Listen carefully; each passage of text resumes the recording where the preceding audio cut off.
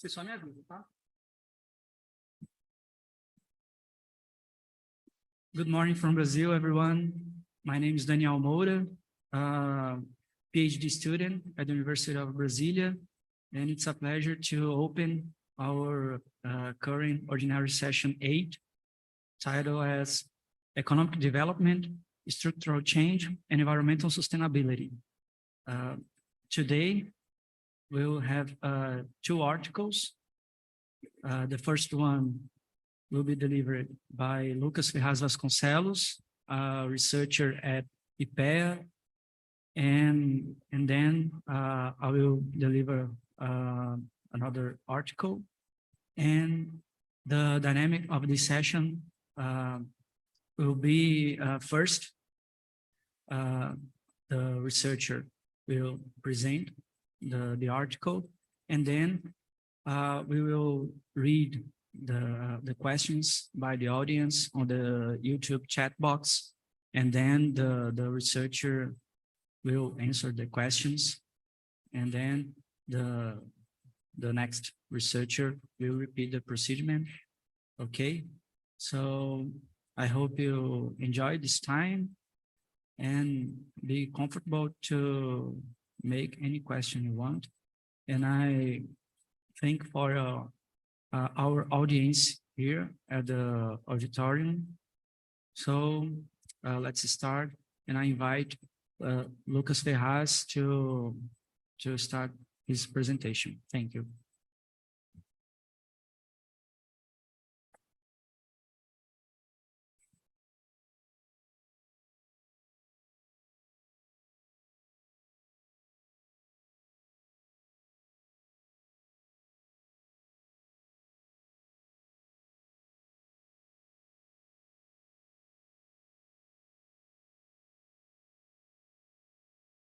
Thank you, Daniel.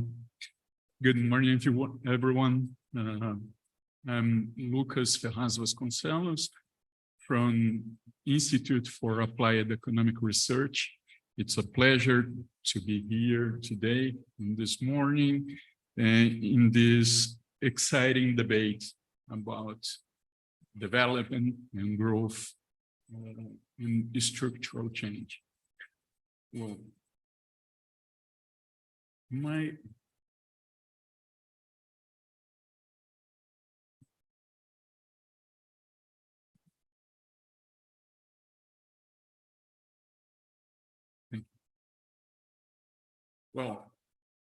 the structure of my presentation is in 4 points. Is divided in 4 points. The first one, I will do a brief introduction to the model. Next, I will explain the model itself, some preliminary results for Brazilian economy using this model, and some conclusions about it.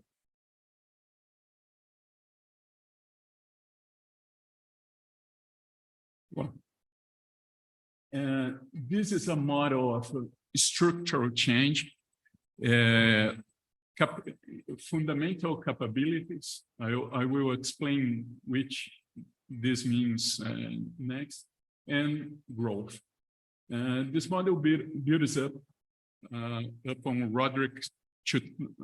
article of Professor Roderick of 2013, named The Past, Present, and Future of Economic Growth. The model aims to capture some key points, key features of longer run growth, longer run process growth observed in process of long term, and depicts a transition of sources of growth between manufacture and services and traditional sector. It's a three sector model. Well, the sectors are here. The first one is the traditional sector. It's composed by subsistence and informal sector. It's of special importance to Brazil informal sector, to the Brazilian economy. Then this traditional sector is an important one to developing economies because it has the majority of the workforce and stagnant labor productivity. The services sector has a labor productivity that relies on developing on fundamental capabilities, which means better human capital and quality of institutions. And a manufacturing sector that is characterized by unconditional convergence. This unconditional convergence means that catch up to the technology frontier is relatively easier than the other sectors, even in the absence of fundamental capabilities, like good institutions. Well, let's explore then each of the sectors and how to model it. The first one is the services sector. This sector, the growth of the productivity in this sector depends on the productivity gap between the potential productivity in the rich countries and productivity in emerging countries. This gap conditioning the growth rate of the productivity of the country, but it's in services sector we have this theta parameter that corresponds to potential labor, which corresponds to fundamental capabilities level. Then, if a country has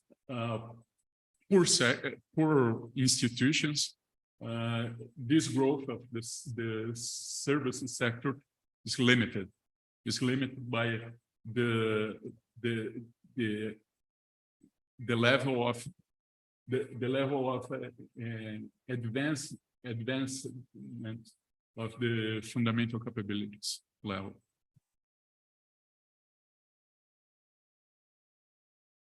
Well, the institutions exhibit high complementarity, which results in a slow process of improvement.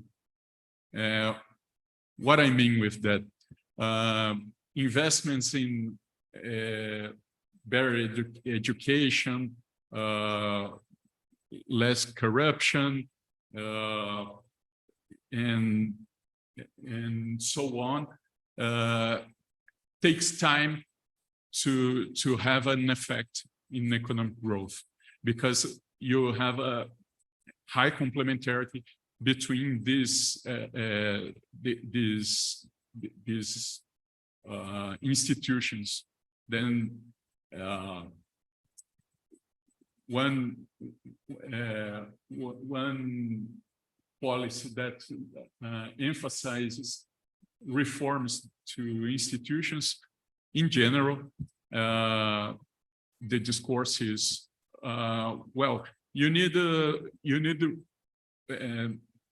reform X to the economic growth, and you do this reform, and the economy keeps stagnant.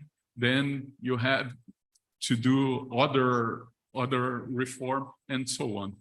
Then you get a high growth with this kind of policies. Takes a long time. This is the message. The message. Then in this model, the theta parameter that corresponds to institutions has a logistic relationship with growth. And in the early stage, reforms don't have a huge effect on growth, but in the advanced economies, in which institutions are more consolidated, this has a more major effect in growth. Well, let's see the manufacturing sector. The manufacturing sector also has conditioning growth here that depends on the quality of institutions, but other parts, other channel of growth of productivity didn't depend of institutions. You can have poor institutions, and even so, you can have a good productivity growth in manufacturing sector. Then we have this specification for productivity growth in manufacturing. One part depends of the institutions or the quality of institutions, and the other don't. Just depend of the technology gap between rich countries and developing countries. Well, this is named unconditional convergence because you don't have the condition of institutions to grow. Then you can catch up to technology frontier relatively easier than in services sector. To summarize the idea of the modeling of manufacturing sector, you don't need to be rich to compete with a rich country. You can compete in manufacturing sector even if you are a poor country. This is more difficult in services sector. You need a more advanced level of institutions in high skilled labor to do that in services. Well, and as the industry approach the productive technology frontier, this gap narrows, and this source of growth eventually disappears. Then, when this happens, when this source of growth disappears, you need to found your growth process in better institutions. This is the idea here. Well, then for the economy as a whole, the labor productivity is a weighted average of manufacturing sector, services sector, a traditional sector that in this model is a residual. There is this residual. The alphas, the alpha M, alpha S, and 1 minus alpha M in alpha S are the shares employment in each sector. Well, here I just repeat the equation, the previous equation, and totally differentiating this equation, we have this specification. Then you see we reach this equation, and substituting the DYM and DYS, we reach this equation.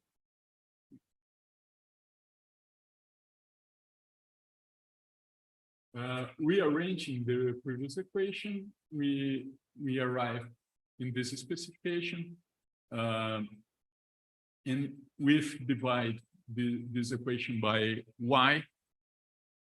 We have the productivity ratio of each sector. Then this is the productivity of manufacturing sector related to the productivity of the economy as a whole. The same thing to the services sector.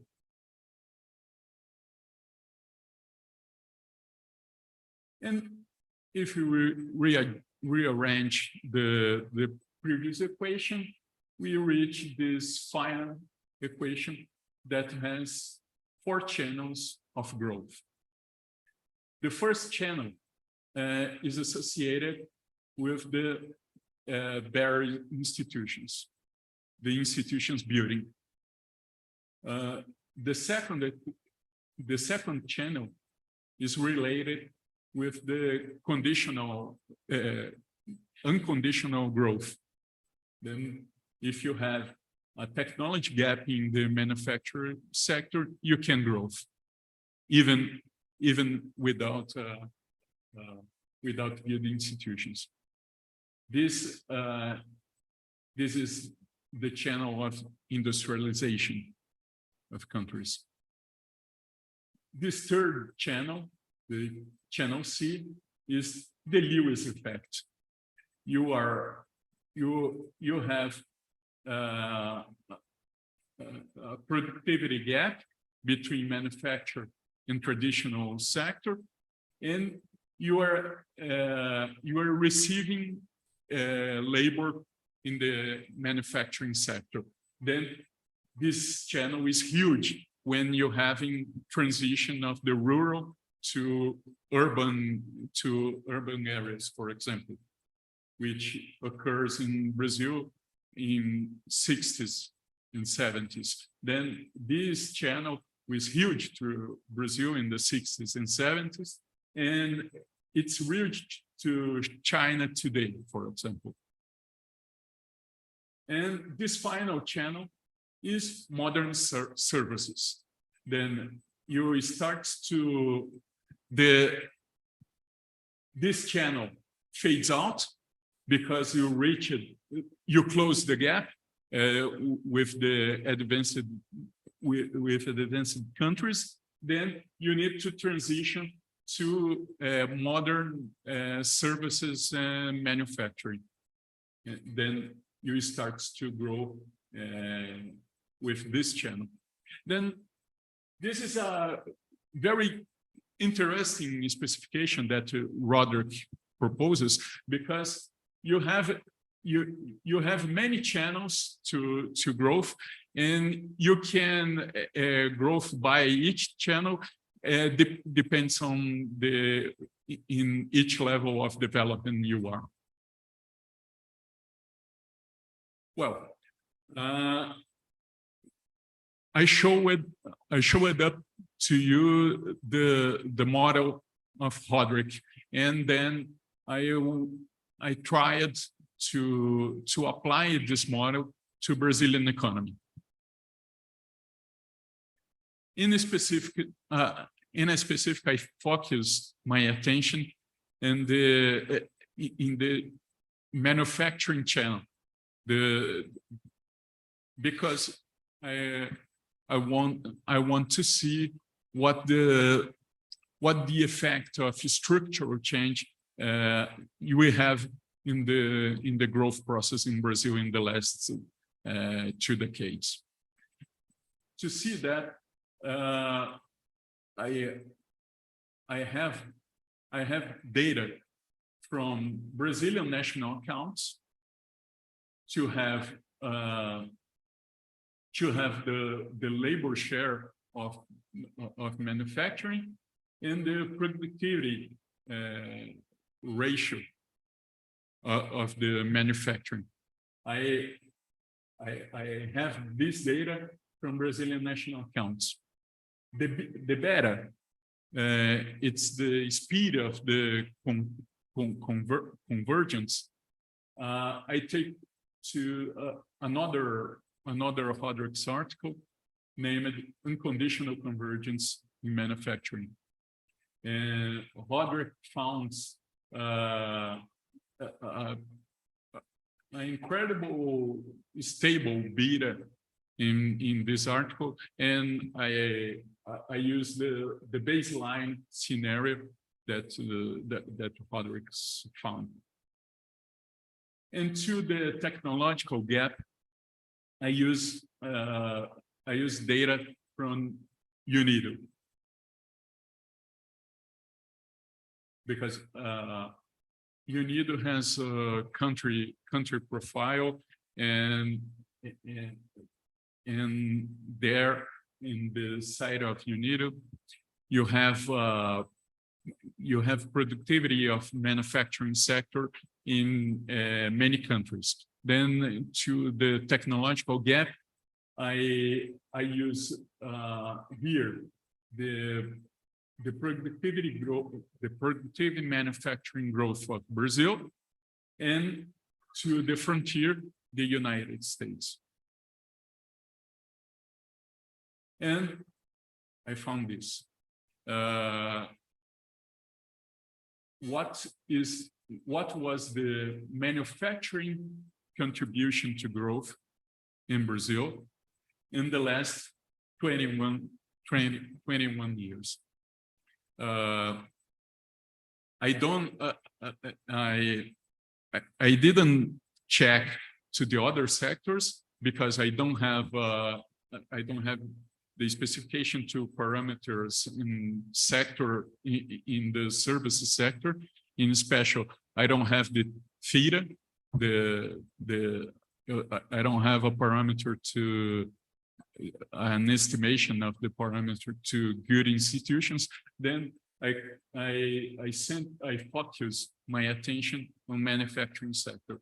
You can see that the contribution of the manufacturing channel are decreasing over the time.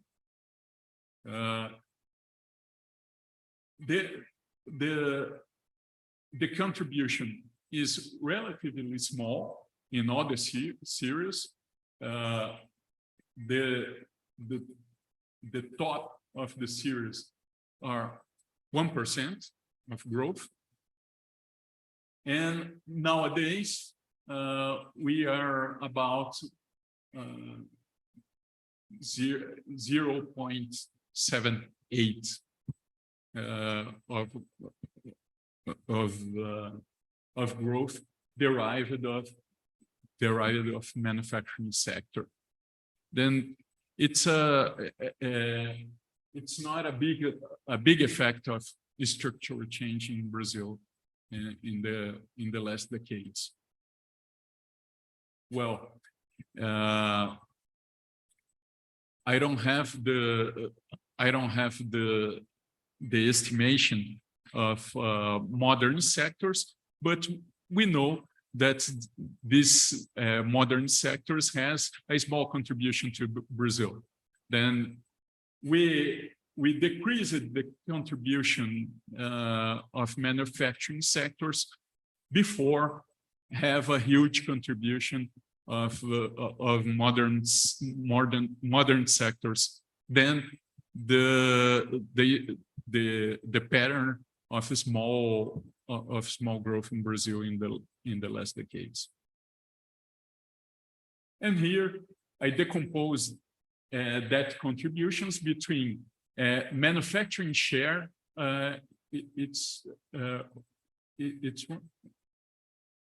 We have an error here. It's manufacturing share, and the tech gap, the technological gap. And you see, unfortunately, the data, we don't have the data of these points, but these points is in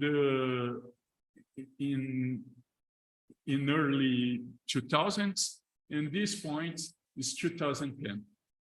Then you see a bad evolution in the data here. You are decreasing the manufacturing share of the economy over the time, and in 2000s you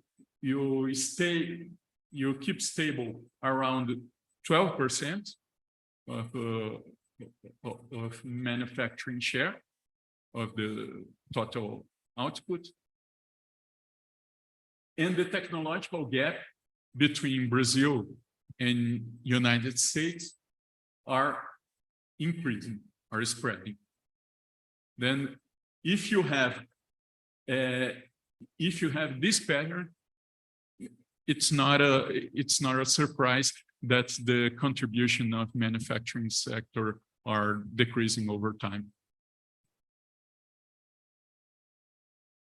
Well, which are our conclusions of that?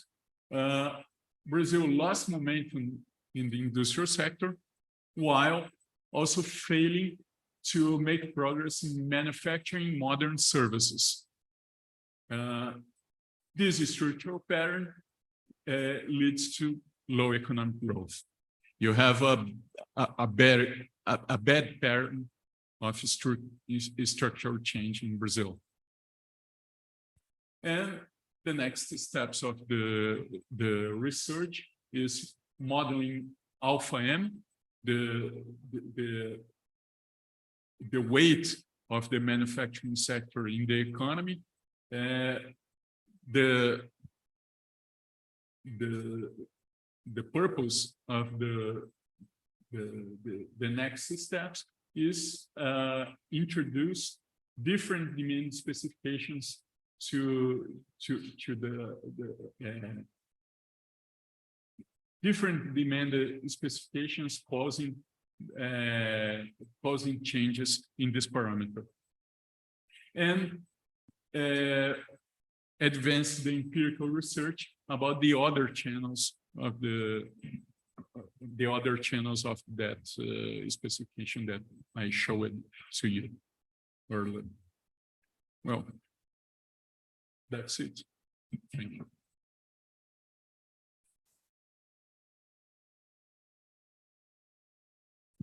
Any questions?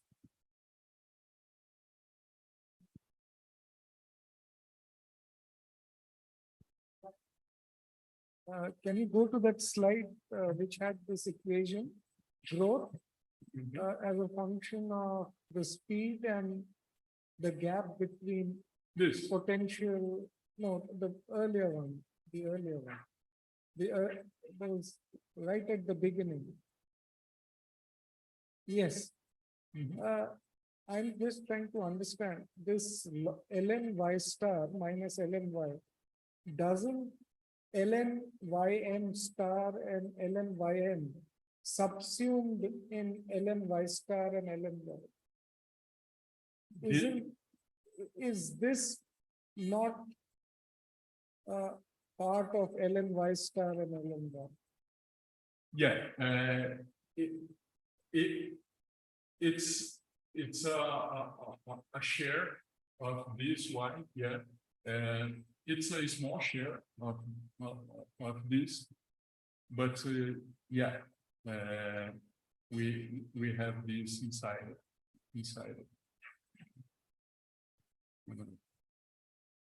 But in order in other specifications, you can use Y star, deduce the Y star on two. The idea here is that the manufacturing sector depends on the manufacturing itself, but also depends on the state of the whole economy. The gap of the whole economy between the level of development of the country and the level of the developing country.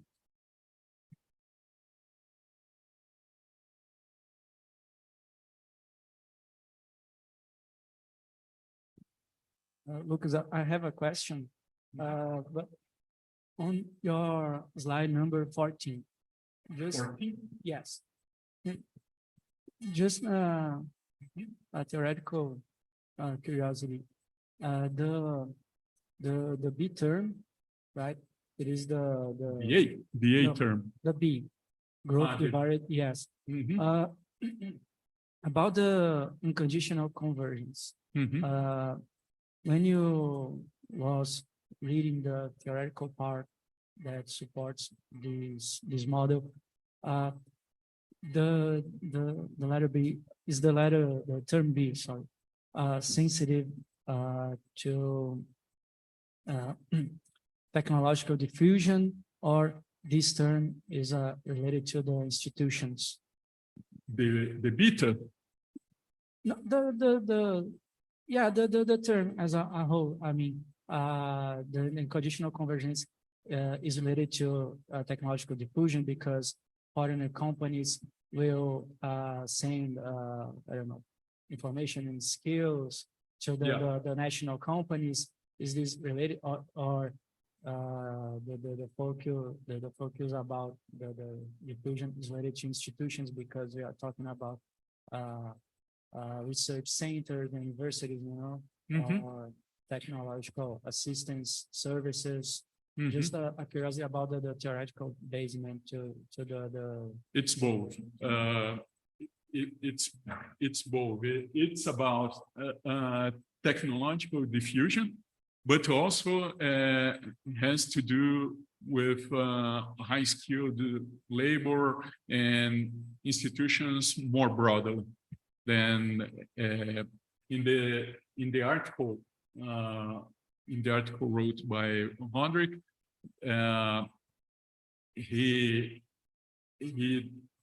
draws from Hausmann, from the specification of Hausmann of institutions. That is a broad definition of institutions. Then you have both. Okay, thank you. I am reading the YouTube chat box, but we don't have questions for a while. So if our audience wants to send a question to you until the end of the session, you may feel comfortable to do that, but I think we could finish for a while. Okay. Thank you, Lucas. It was a great presentation. Thank you.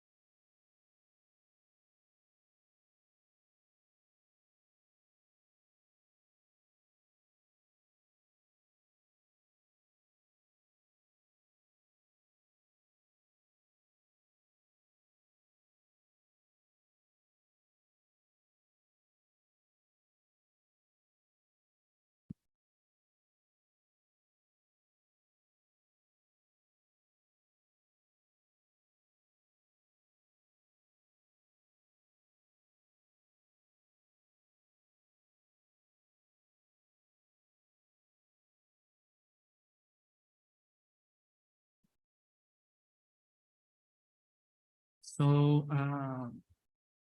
I will deliver now the presentation, environmental sustainability and the economic complexity, some policy implications for a Green New Developmentalism strategy.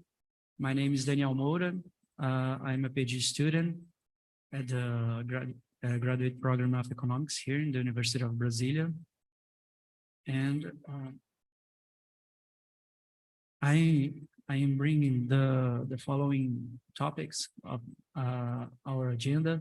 First, I will present the concept, the main argument of the article, and then I will talk with a little more details about the theoretical fundamental.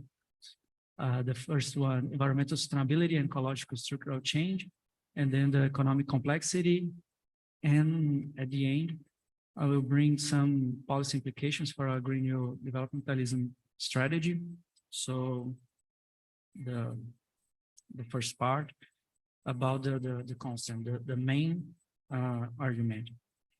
So the economy and the environment are systems, and they are connected, so that the relation of, about the economic growth and its impacts on the environment is not linear and stable.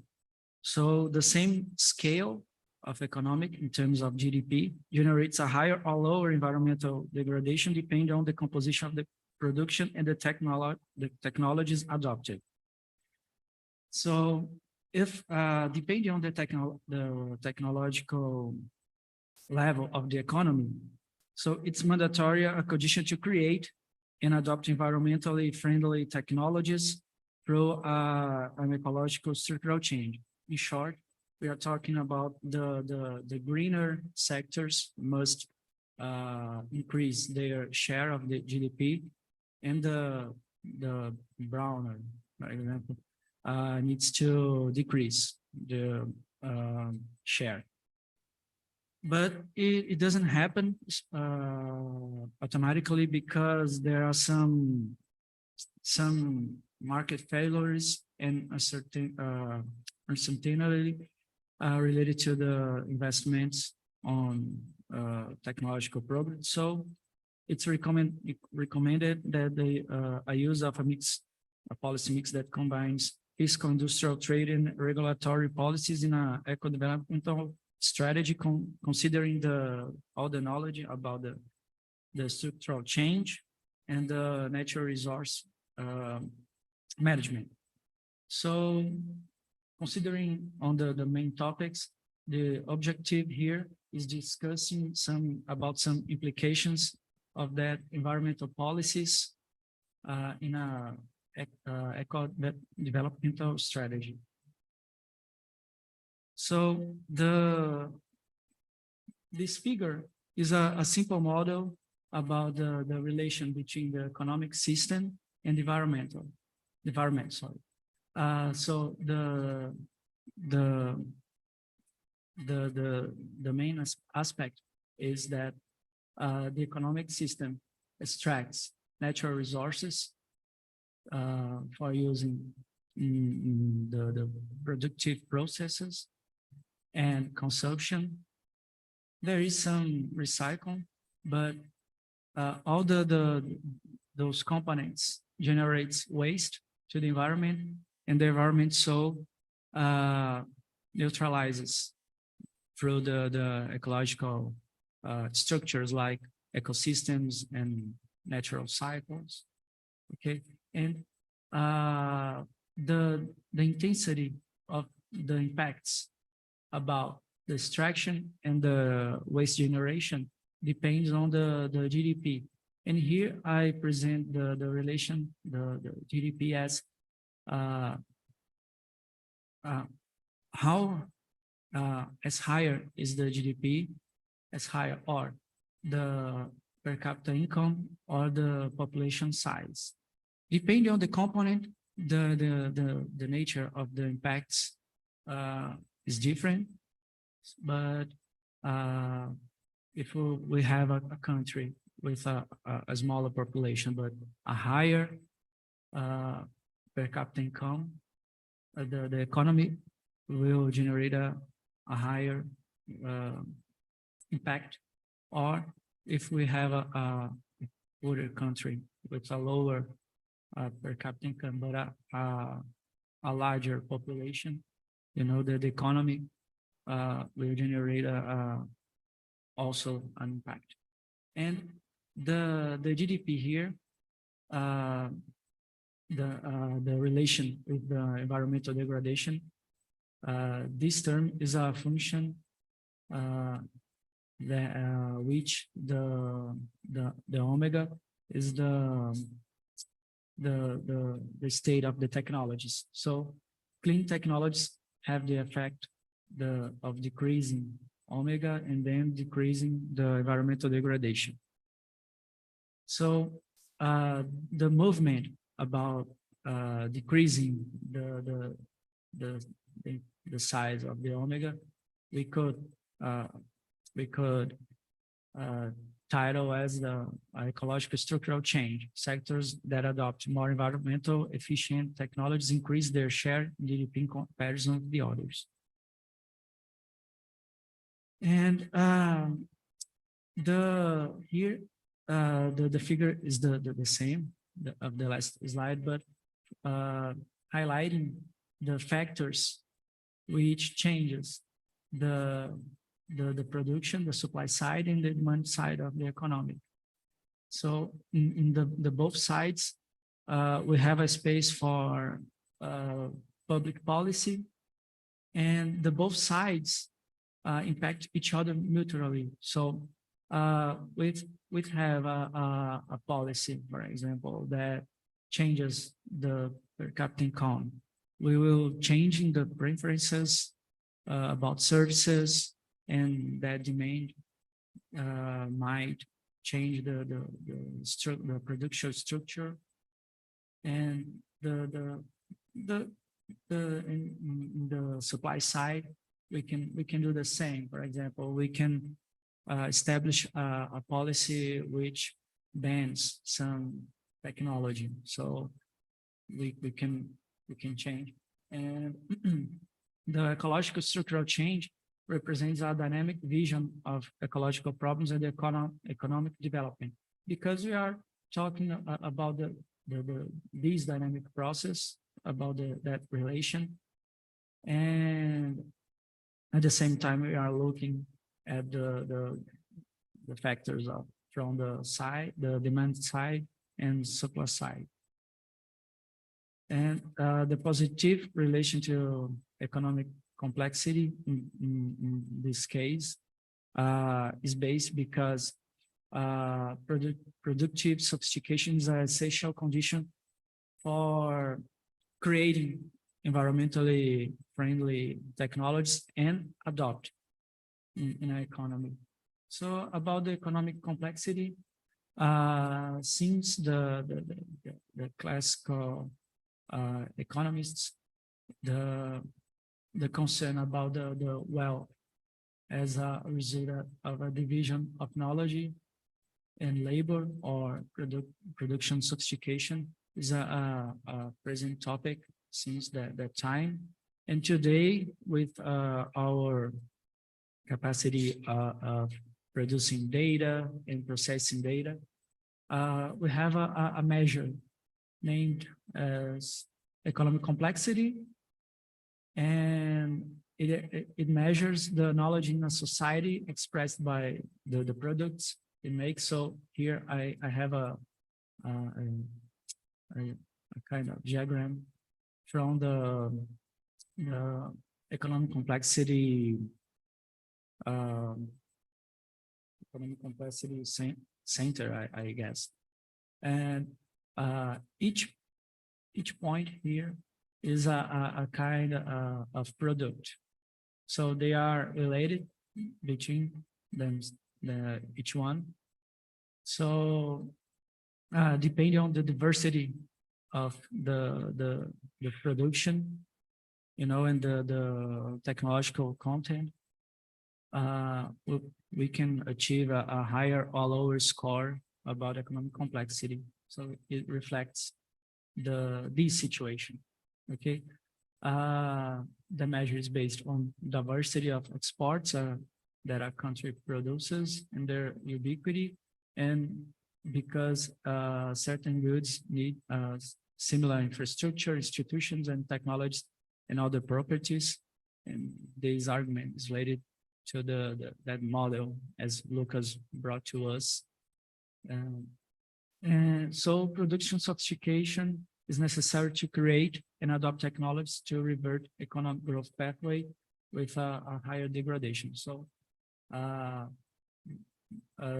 depending on the diversity and the complexity level, some solutions related to technology may be created from some sectors, and depending on the complexity, we can find solutions or spread solutions over the other sectors. The rationality about this argument is this.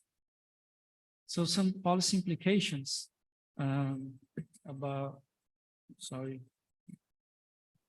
some policy implications for a Green New Developmentalism strategy, comprehended as that public policy mix, I said, is the investment needed are not spontaneous due to several market failures and high risks involved in this kind of investment. So the private sector can't internalize all the benefits and costs involved in the creation and diffusion of this technology, because there are some several positive technological externalities called technological spillovers. The carbon is underpriced, and this point is pretty interesting because we are in the very beginning of this discussion about how to price the carbon, because we can have a business model, for example, extensive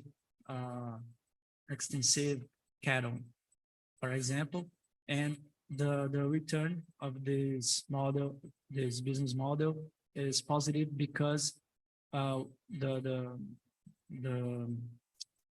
private sector is not considering the externality. So if they otherwise, they in comparison with a more sustainable model, for example, the returns could be greater. So because of this problem about the carbon pricing, the private sector can't invest in more sustainable activities. And because the carbon is a global public good, so we can produce, for example, any product with less sustainable technologies, because other countries are achieving a lower impact. So we don't have the incentive to change our economy. This is the argument. And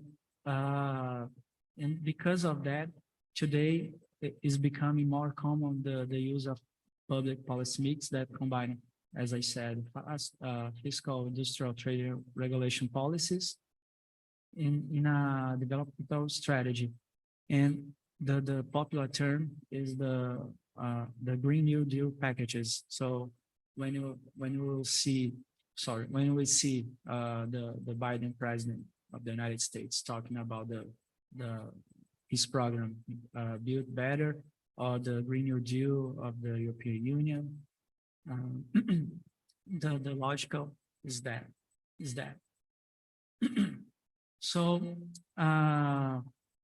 because of this complexity of elements, we have a problem of policy coordination. And here I am delivering a short example about Brazil. Okay, so here this graph is about the world carbon emissions, and we can see that the major part of the carbon problem is related to the energy sector. Energy using buildings, transportation, in industry, and agriculture and forestry and land use are a smaller part. But when you will see here the changes of forest carbon stocks, we can notice that Africa and South America are losing their stocks due to land user changing. And this situation is reflected on the Brazilian carbon emissions. When we have here the energy problem as the rest of the world in the average, but here we have a higher component related to land change use. So it points out that different countries, different economies have different challenges about the transition. So in Brazil, we have a big problem about the land use related to agriculture and deforestation. And the situation is also reflected in the Brazilian nationally determined contribution. Our goals at the climate conference of the United Nations, and we have to reduce 37% below 2005 levels in 2025, and the half below the same year reference levels in 2030. And our strategic agenda focused on the climate neutrality is basically reducing legal deforestation, achieving a higher share of renewable energy in our energy matrix, expanding the railway network, but I stress here, restore and reforest 80 million hectares of forests until by 2030, and recover 30 million hectares of degraded pasture.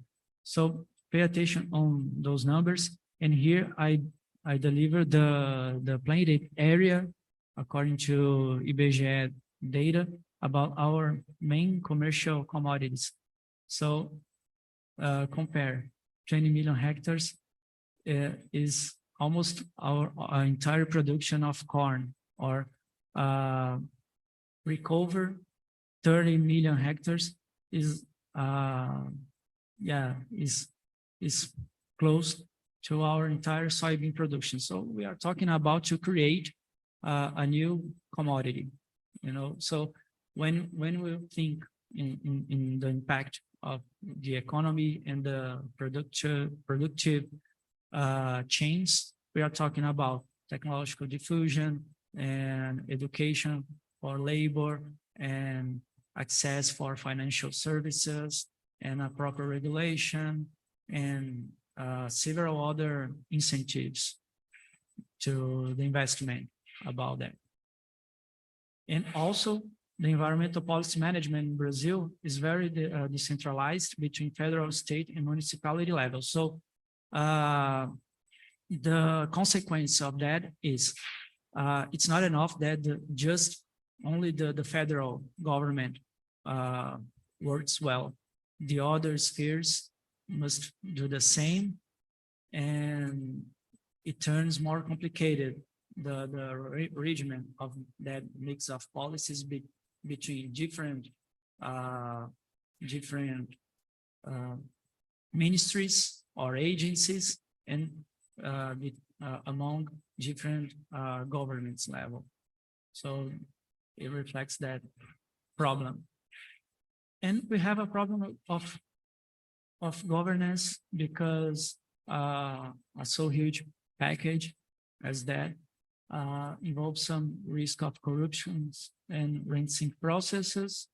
So the implications: first, the state's role is related to coordination, provide information for public management, and act as an identifier of opportunities for diversifications.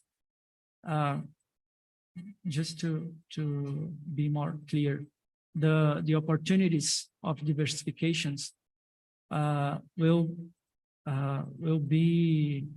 can be found, for example, over the capabilities that the country can achieve. So it's not only we have a market opportunity because I don't know, now we have a different pasture technical. It's not exactly like that, but the possibilities of diversification, looking at the capabilities of the economy, and creating some institutions like councils and forums to coordinate the action between public and private sectors, establishing mechanisms for transparency and accountability. And it's pretty important to me, the strategy must have a high status in the government agenda, because we are talking about different ministries, different governmental spheres. So it's not possible to just give the package, for example, for just one ministry to take care. It needs to the higher status, maybe comprehended like the vice president or a ministry with a higher level of capability to articulate with the others. Okay, and there are the references I used to make these presentations, and thank you.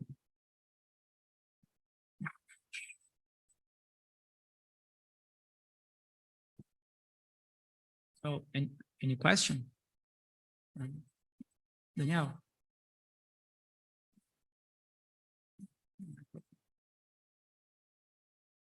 Lucas, tem botãozinho, só aperta uma vez, ele vai ficar verde. Thank you for the interesting presentation, Danielle. You showed us the composition of emissions, the Brazilian emissions, right? Yes. But do you have the comparative levels between Brazil and other countries? Because Brazil have, yes, the composition is problematic, but the Brazilian emissions are much lower than many other countries, no? It's a good question. I didn't separate this data for this presentation, but when we consider the whole emissions, Brazil is among the major emission countries in the world. But when we don't consider the land change use, the Brazilian economy has a pretty different feature in comparison with the world average. So it highlights even more our challenge about the land use.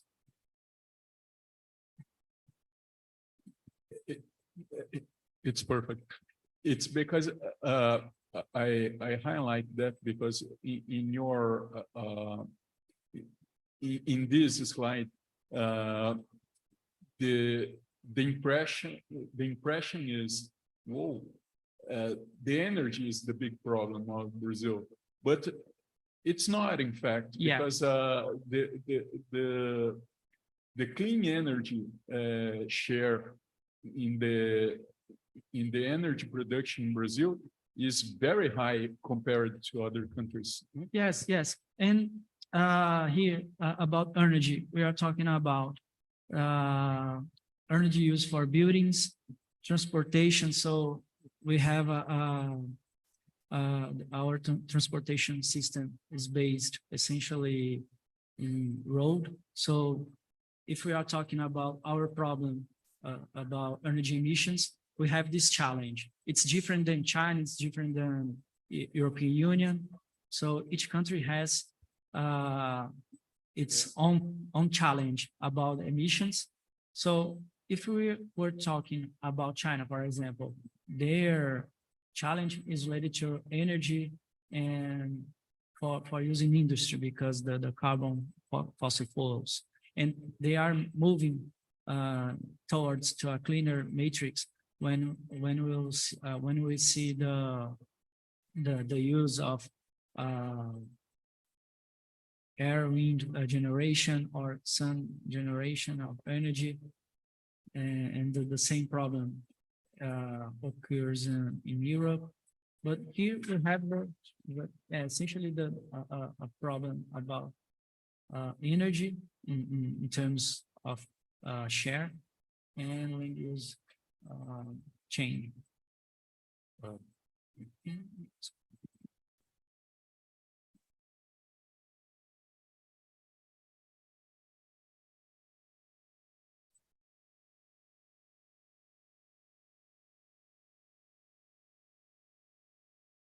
Just to complement the question of our friends, we have data about emission to Brazil and to other countries of the world. And we can split this data to sector. To Brazil, I think that we can split it to 68 sectors and households. So it can be done. And my question is about the model. Theoretical model splitting green sector and brown sector and recycling, it's easy test, but theoretically.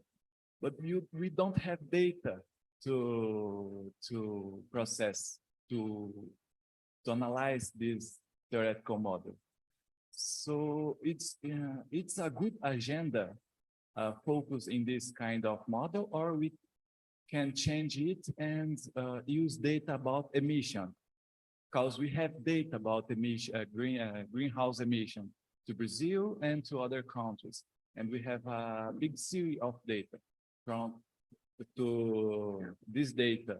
We have data from year 1985 to 2020. So it's a big database that we can use. So it's not a better agenda. Use this data in models. Okay, about the first simple model is just to highlight the relation between economy and environment in terms of economics theory. This topic used to be not so clear in terms of the entire history of the economic thought. So it's just to stress, because when we'll see this kind of relation, for example, and the model approach is more close to the economic complexity when we are talking about several equilibrium points, you know, this kind of model that is pretty different to the mainstream theory. But in relation to your suggestion about the data, I will use on my thesis those kind of data, because we can use the carbon emission as a measure of economic efficiency, as a kind of productivity. So we can use, and the models about that. There are some models pretty similar to the models that Lucas brought to us, but stressing that measure of productivity in comparison, in terms of carbon emissions. And just to illustrate, but without a quantitative model, because here my focus was on the policy implications, but we can talk, we can compare, for example, in the agriculture sector, for example, extensive livestock and a more modern livestock, for example. And without the proper incentives, we can advance our agriculture frontier over the forest, because the risks and, you know, a more sustainable economy requires different investments in research and technological diffusion.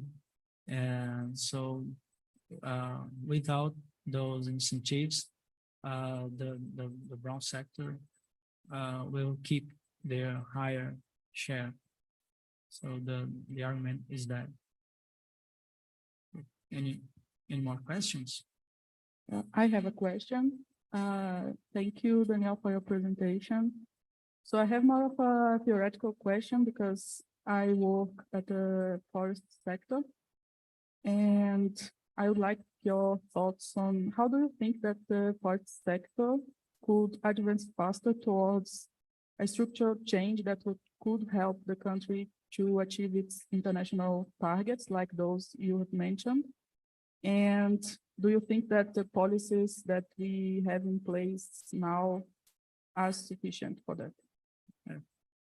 The forest sector as a whole is has a significant importance to the transition, because we are talking about the renewable source of material energy, and we have large areas with nature forests and plantations. So with the proper management of those areas, we can have a more sustainable source of materials in comparison, for example, with mining, you know, for construction. I don't have pictures here, but I can say about, for example, engineering wood, that we can build an entire building just using wood, not cement, for example. So in terms of emissions, we can build infrastructure with less carbon. And in comparison with, in considering more simple business model like agroforestry systems, and not only productions with one species, we have a pathway to advance, or even research about Brazilian native species for using. We don't have enough knowledge even today about our potential use of our native species. So there are a huge agenda to carry out in considering the forest sector.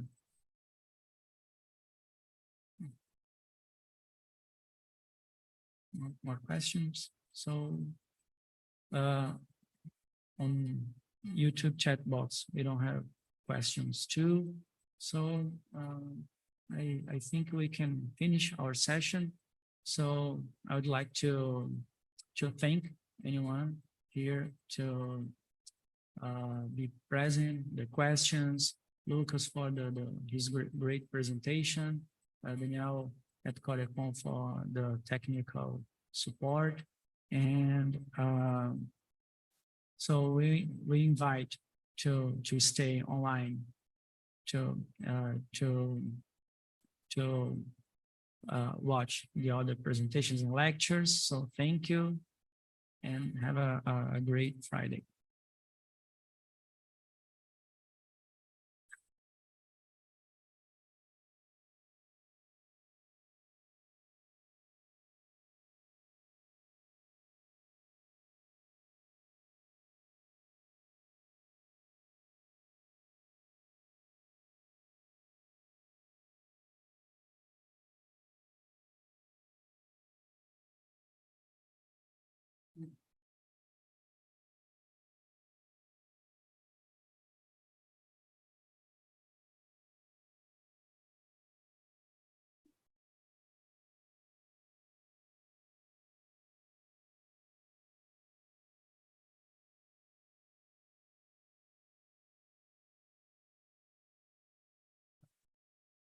just advertisement here. We will have a small coffee break next to the seats. So everybody is invited to have a coffee break. Thank you.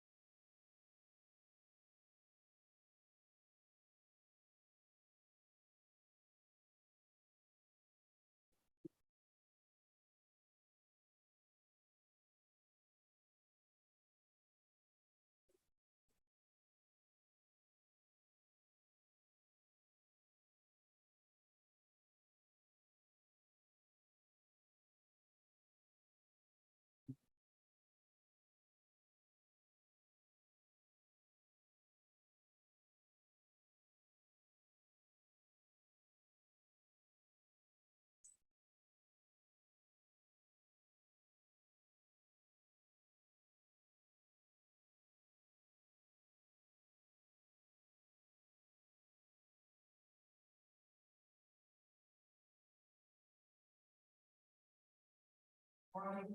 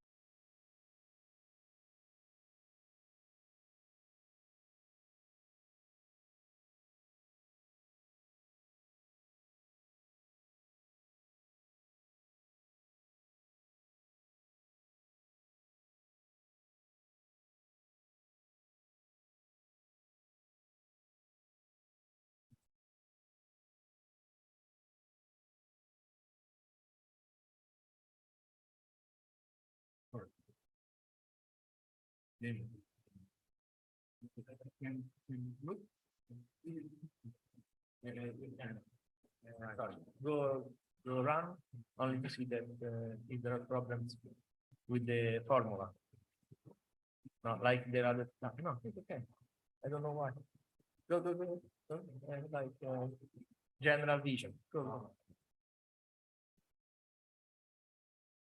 it's more. Perfect.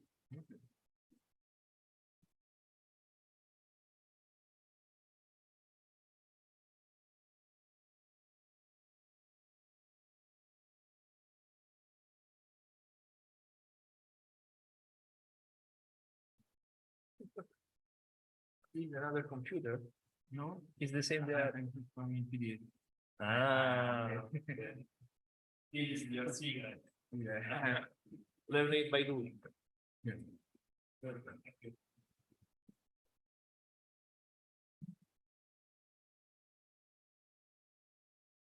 And also to use this. Yeah. And not reverse. Yeah. I have to use.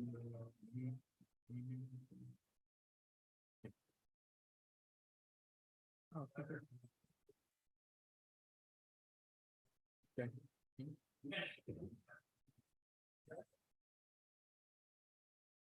Thank you.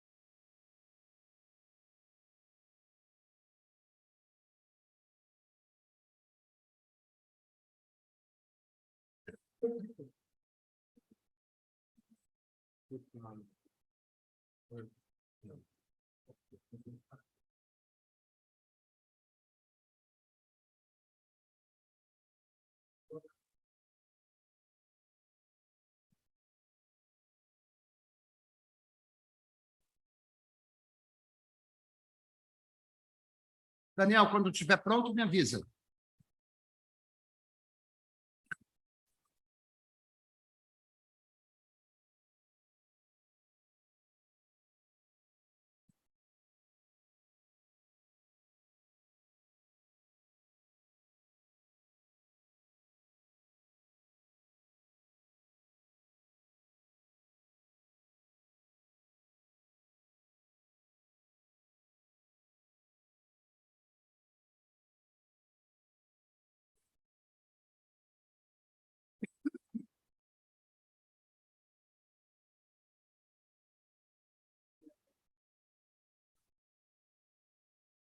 I will take some pictures of you. Do not worry. Oh, my sparkling water. Thanks very much.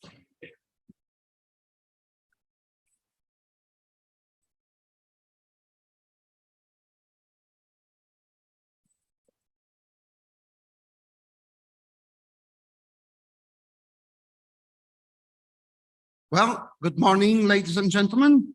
Let us start the third day of the third international workshop of the Structuralist Development Macroeconomics.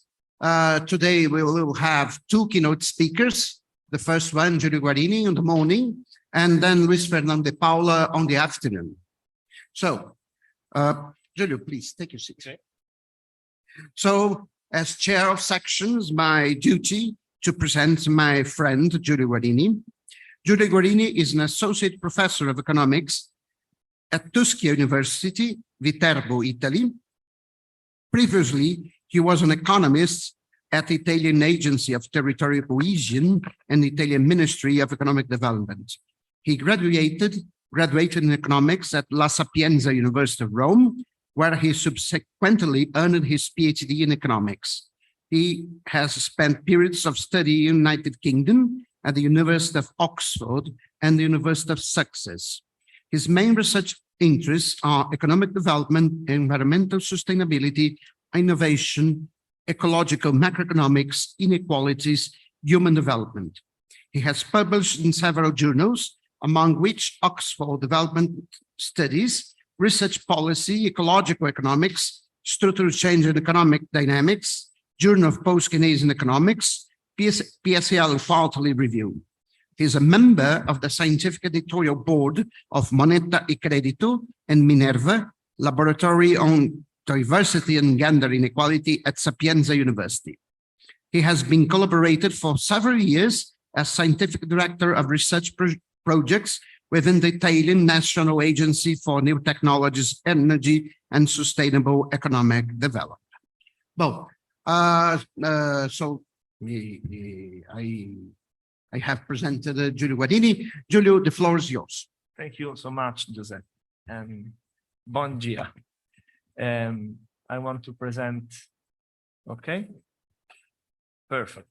The title is Sustainability in a Post-Keynesian Model for an Open Economy.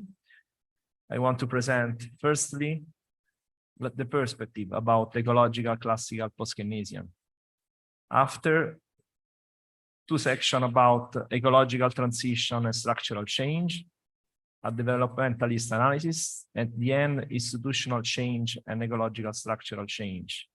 My main aim is not to go in detail, but to illustrate, to present, to propose some general idea in the first section, which are the main features of a potential ecological classical post-Keynesian perspective, after some potential of research field within post-Keynesian model to face, sorry.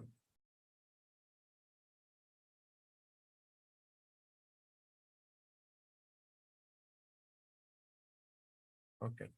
Sorry, how many times I have? How many minutes? Okay, okay, perfect. But now, sorry. Okay. Then start with the ecological classical post-Keynesian perspective. Too many words, but it's important to, okay. Sorry, like this and like this. Perfect. Obviously, my theoretical background was from Paolo Silo Salabini, that was one of the main founder of the Sraffian Italian school. And for our Italian tradition, it's very common to consider classical and post-Keynesian together, an integration. I want only to remember that Paolo Silo Salabini came here for different seminars at the end of the 70s and at the beginning on 80s. Indeed, there are two main important books of him. The second is very important, The Forces of Economic Growth and Decline, that are translated in Portuguese. The main point of this kind of approach is that political economy is the study of economic development, and it is instrumental for civil and human development.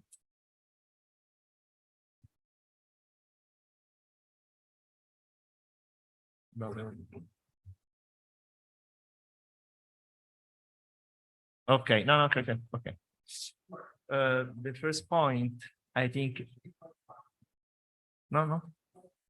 Okay, sorry. Yes. Also, which is the vision of ecological, the meaning of ecological. I think it's important. You know, Schumpeter said that there are application, but before there are theory, but before there are vision. That is the research chain that we have to debate about vision. And the vision could be, for me, the integral ecology that was promoted by Pope Francis. That the idea is to combine social justice with environmental caring to promote integral human development. And we can use this kind of vision. I can use this kind of vision to analyze the integration of economic, social, and environmental dimension, obviously with the aim of civil progress and human development.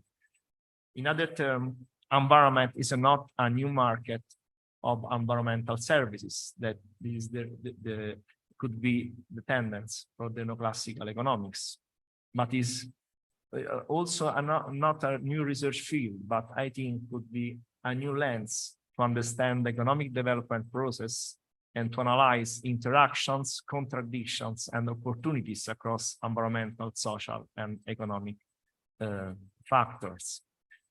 That we should have a sound current conceptual framework, but this kind of framework could be open to the novelties in terms of new topics and also to collaborate and to integrate with a specific theoretical contribution, for instance, capability approach, but also some evolutionary contributions about environmental innovation. And I think there are many space for integrate, maintaining the current conceptual framework. For instance, another point is that the exception for neoclassical economics are the rule for post-Keynesian economics. And the differences are more and more important between environmental economics, that means neoclassical economics perspective about environment, and ecological post-Keynesian economics. That is important to reconsider this aspect. Some examples, no? Constant returns versus increasing returns. You know that increasing returns come from static and dynamic returns. But for ecological point of view, this kind of difference are more and more important, because ecological static returns, you can imagine energy transition without new infrastructure? No. On the other hand, dynamic returns, that are returns generated by learning process. But we have said in these days and in general that all kind of ecological transition entails new competence, new skill, new way to learn, and new things to learn. That in this case, there is an explosion of dynamic returns. That this is a very important condition. Another condition is about not perfect competition. Why is important this? For two main reasons. Because you can consider the Kaleskian price equation. Otherwise, it's not possible. But the Kaleskian price equation allows to consider ecological aspect within the production process, because you can put as in the original version of Kaleskian price equation the environmental efficiency or energy efficiency, because you can consider raw material and energy unit cost that Taylor said intermediate unit cost. And you can do this thanks to the not perfect competition hypothesis. But also, it's important to consider not perfect competition, because price can represent the scarcity of natural resources. It's a very important chapter, no, about environmental economics. The idea market can manage with the natural scarcity thanks to the prices, but the assumption is that prices can generate information about scarcity only in perfect competition, and we know which is the very oligopolistic power behind the production of natural resources. That is another important assumption. This kind of assumptions are important because there are many environmental economists, or for instance, agricultural economists that study ecological transition without consider that some instruments entail some important theoretical assumption. And for instance, not perfect sustainability. That means strong sustainability. Then natural physical capital are complementary. Also complementarity between private and public investment. Otherwise impossible to address ecological challenge without this kind of idea that crowding out is not the rule, or should not be the rule. And finally, in this kind of view, we can say that externality cannot be the general vision, because externality means there is an economic system that outside provokes some negative impact, but we can consider the opposite, that if the internality of ecological topics, then we have to go within the economic development process to better understand the ecological issue. Okay, after this kind of section, I want to go to present two different studies. One with José Oreiro about ecological transition and structural change. José Luis, sorry. José Luis. Okay. Ecological transition and structural change. A developmentalist analysis. The first point we can consider that or present the ecological transition composed on two components, two elements, ecological technical progress, that means a general reduction of the environmental pressure in terms of impact, pollution intensity, for instance, and or use of natural resources, raw material intensity, ecological footprint. And because we can consider ecological issues in terms of the ecological impact of the production, but also in terms of natural resources used for the production.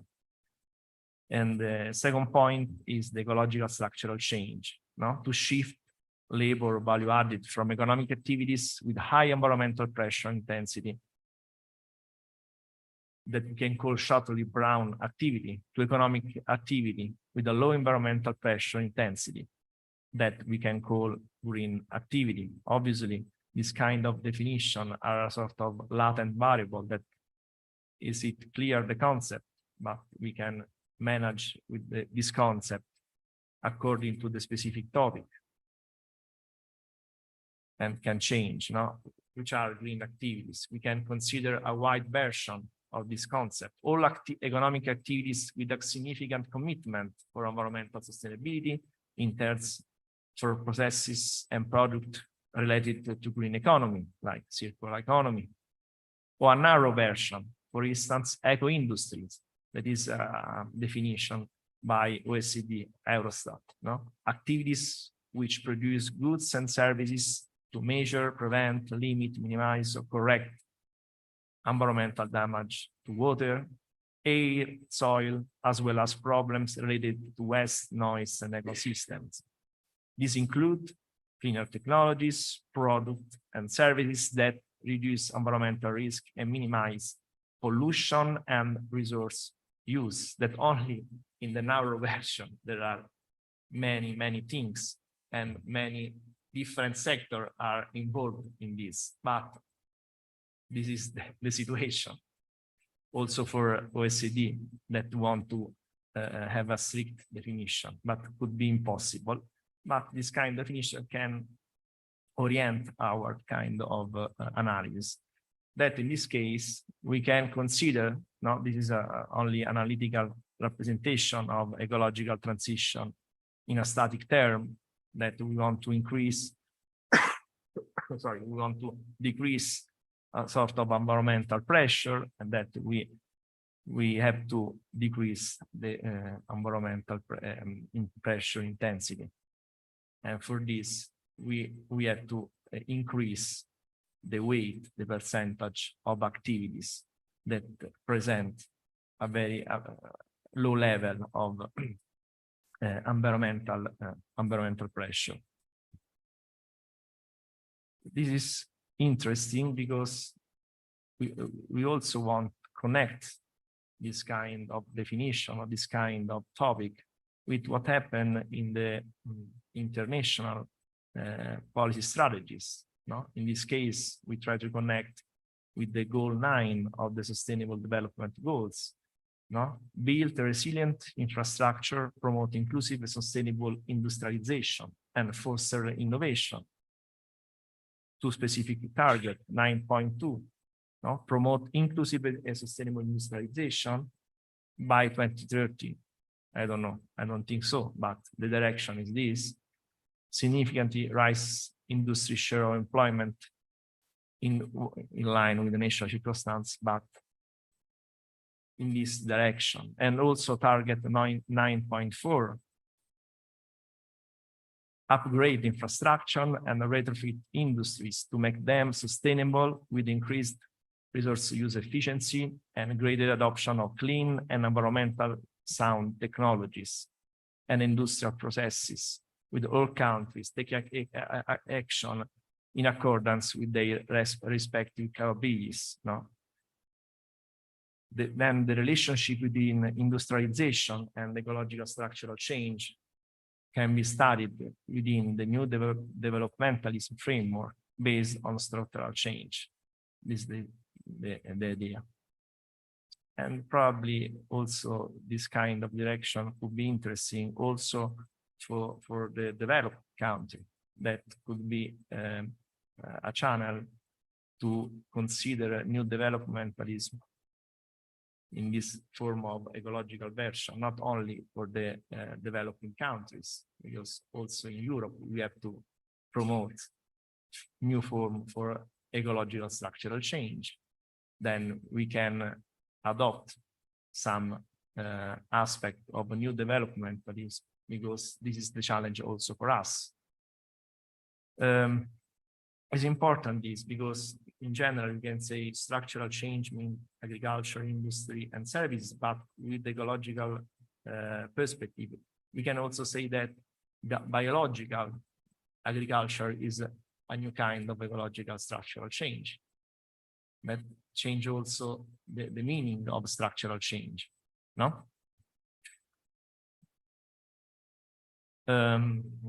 This is the technological progress function of Calder. In this function, there is the novelty by José Luis about the manufacturing share in outputs, and we can consider in this work, which is the relationship between manufacturing share in output and the growth of environmental efficiency.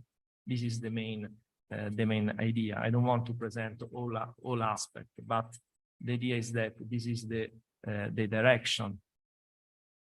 We can consider, for instance, Dutch disease by considering the green side of Dutch disease. No, this is one of the main important equations. No, put in this industrialization equation, gamma could represent the share of manufacturing industry in GDP, T represent technological gap, and epsilon in this case represent the share of green activities in GDP, and obviously Q represent the exchange rate. That in this case we want to consider the role of environmental efficiency to industrialize or reindustrialize countries that stay in the middle income trap. We put here the square of gamma, like Raga said yesterday about the Kuznets curve. But why we can consider green activities as an important new driver of industrialization? But we can consider that green activities increase the price competitiveness of the industries by reducing the unit raw material and energy costs of production. It's very important. Italy have suffered from this kind of problem with the other European important countries because we have very high level of energy costs. And this for us, this represents a factor of our price competitiveness, comparing with other European countries, for instance, Germany. Green activities can increase the no price competitiveness of industries. Environmental sustainability of product increase the quality perceived by international consumers. There are many studies about this.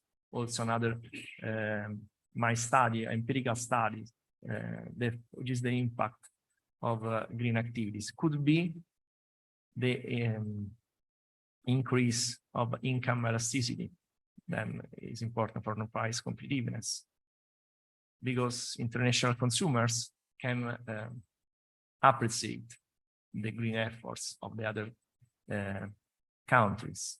But obviously, in this case, you have to give space in the market, that you are not protectionist for this kind of new green product from developing countries.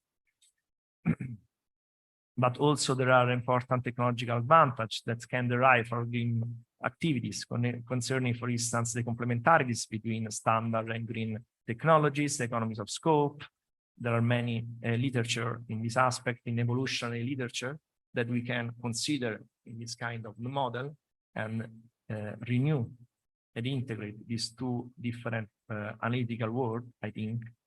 The complementarity between standard and green technology means also that the ecological conversion comes not only because the entrepreneur decide to convert to the sustainability, but sometimes happen because he want to change the machinery, and in the market, the best technological performance machinery is with more energy efficiency that prefer this kind of a machinery. And this means also economies of scope. The other point, green activity can open the room for new resources of competitiveness and business. For instance, if you consider the ecotourism is another kind of space to consider ecological structural change, because ecotourism means not only hotel with specific infrastructure, but also food with a specific infrastructure, and so on. That could be a sort of contrast with the tourism, with the massive tourism, no? That in some cases create problem at the local level and local context. But this is also an example of externalities. Also, the share of green activities can increase demand for new goods and services, and we consider backwards and forwards linkages derived by Hirschman in a new sense. Why? Because if an enterprise decide to start with ecological conversion, need more and new kind of environmental services. For instance, we can think about the circular economies, no? But also, literature say that green innovation then can approximate, no, green structural change, stimulate networking and open innovation process. And there are many other kind of aspects that means that green activities can drive industrialization in new form. And also is important this other point, share of green activities represent the preference for capital investment with respect of financialized speculation, because green innovation reflects a long-term strategy, no, instead of a short-term strategy of corporate financialization. That is the other channel that means more industrialization, more interest for physical investment than financial investment.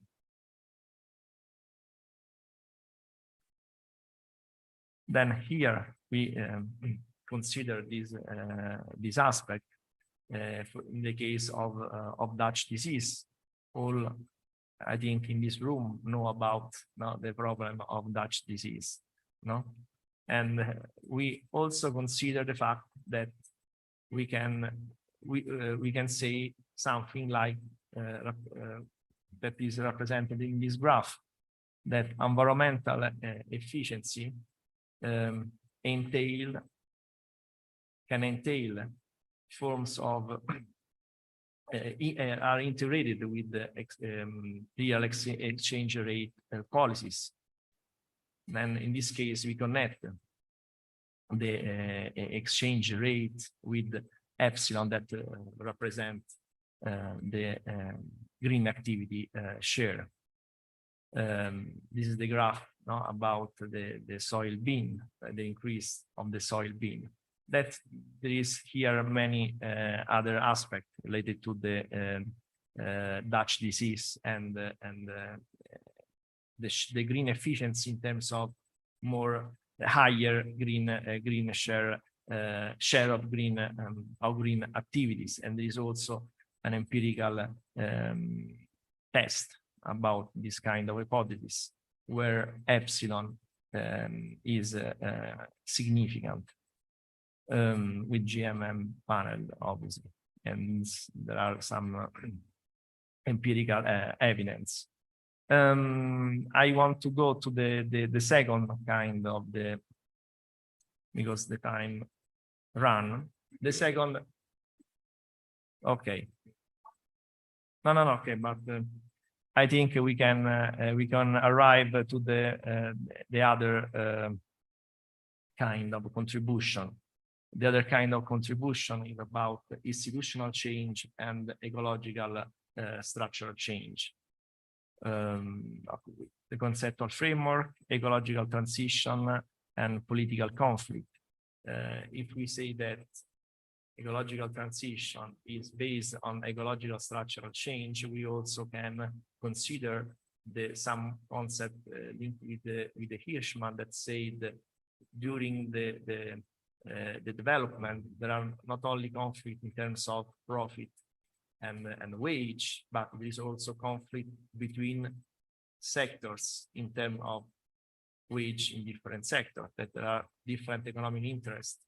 And we can consider this fact also in terms of ecological transition, in terms of ecological structural change, that in this kind of contribution, we try to consider not the traditional political conflict between wage and profit, then capitalists and workers, but a sort of conflict between a brown coalition and a green coalition, which is the point. The assumption, but with, I think, good empirical evidence. The fact is that probably in the brown coalition, you have brown capitalists, or because here we not distinguish between rentiers or capitalists, no, capitalists with high intensive natural resource intensity in the production, but also low skilled workers, because in the ecological activities entails more competence, more skills than probably brown and green coalition. In the green coalition, you have green capitalists, but also high skilled workers. And this is a first step to try to insert in the ecological structural change the idea of a political conflict. Okay, then we manage to illustrate the potential idea, because this idea want to elaborate in analytical terms the idea of just transition. But just transition not only means in terms of aim, goals, that social goals and environmental goals, but also in terms of the process to achieve the green goal. Without a coalition that want this kind of environmental goal, is impossible to achieve the green goal. And sometimes this depends. In this case, we have represented by conflict from labor market to the ecological structural change. In another way, we can say that the environmental sustainability should be economically sustainable. This is and political sustainable. Okay, that the political economic issues could be how to achieve ecological structural change by building a green political coalition that can reduce the existing green technological gap, and how to avoid unskilled workers aligned with the brown capitalists to obstruct the shift to environmentally friendly practice. No, there is a big trade-off can be between employment in some sector and the green revolution. That we start by considering here a labor market in a structural market with a structural analysis. This kind of contribution is with another colleague of Tuscia University, Chiara Grazzini, and with Gabriel Porzile. And then we start with his model, and we try with him to convert this model in terms of ecological structural change. The first step is to introduce in this equation that represent with sigma the wage share target. No, sorry, but in this case, epsilon is not the green share, the share of green activity, but is the level of employment. Okay, sorry for this, but Z represents the green technological gap that, as usual, alpha 1 represents the bargaining power of trade unions, but alpha 2 probably can represent, because of Z is the green technological gap, alpha 2 probably represents the demand for high wage from the skilled workers, because if you reduce the green technological gap, this means that you have more green workers, more skilled workers, and they won't increase their wage. This is the assumption. And this is the representation of this kind of relationship. But also we can consider the green technological gap in the external market. In this case, there is the growth rate of employment that depends on the wage share, obviously in negative term, because obviously for the price competitiveness, that if you increase wage share, you have to reduce, that you probably reduce export, that you have to reduce import by reducing employment and GDP. Simply, and the same is quite same is for beta 2. Beta 3 can be the positive impact of environmental efficiency. A reduction of green technological gap means that the country reduce the gap in terms of green technologies, but also in terms of share of green activities, and this means probably new instrument for increased international competitiveness. That in this case, if you reduce Z, you can increase employment. That in this case, obviously the idea is the balance payment constraint. And this is the graph that represents this second function, and we arrive to the equilibrium with the curve of the labor market, the curve of that internal market, the curve of epsilon equal to 0, that is the external market, and we obtain an equilibrium, but we can have different shift of the curve. The idea is that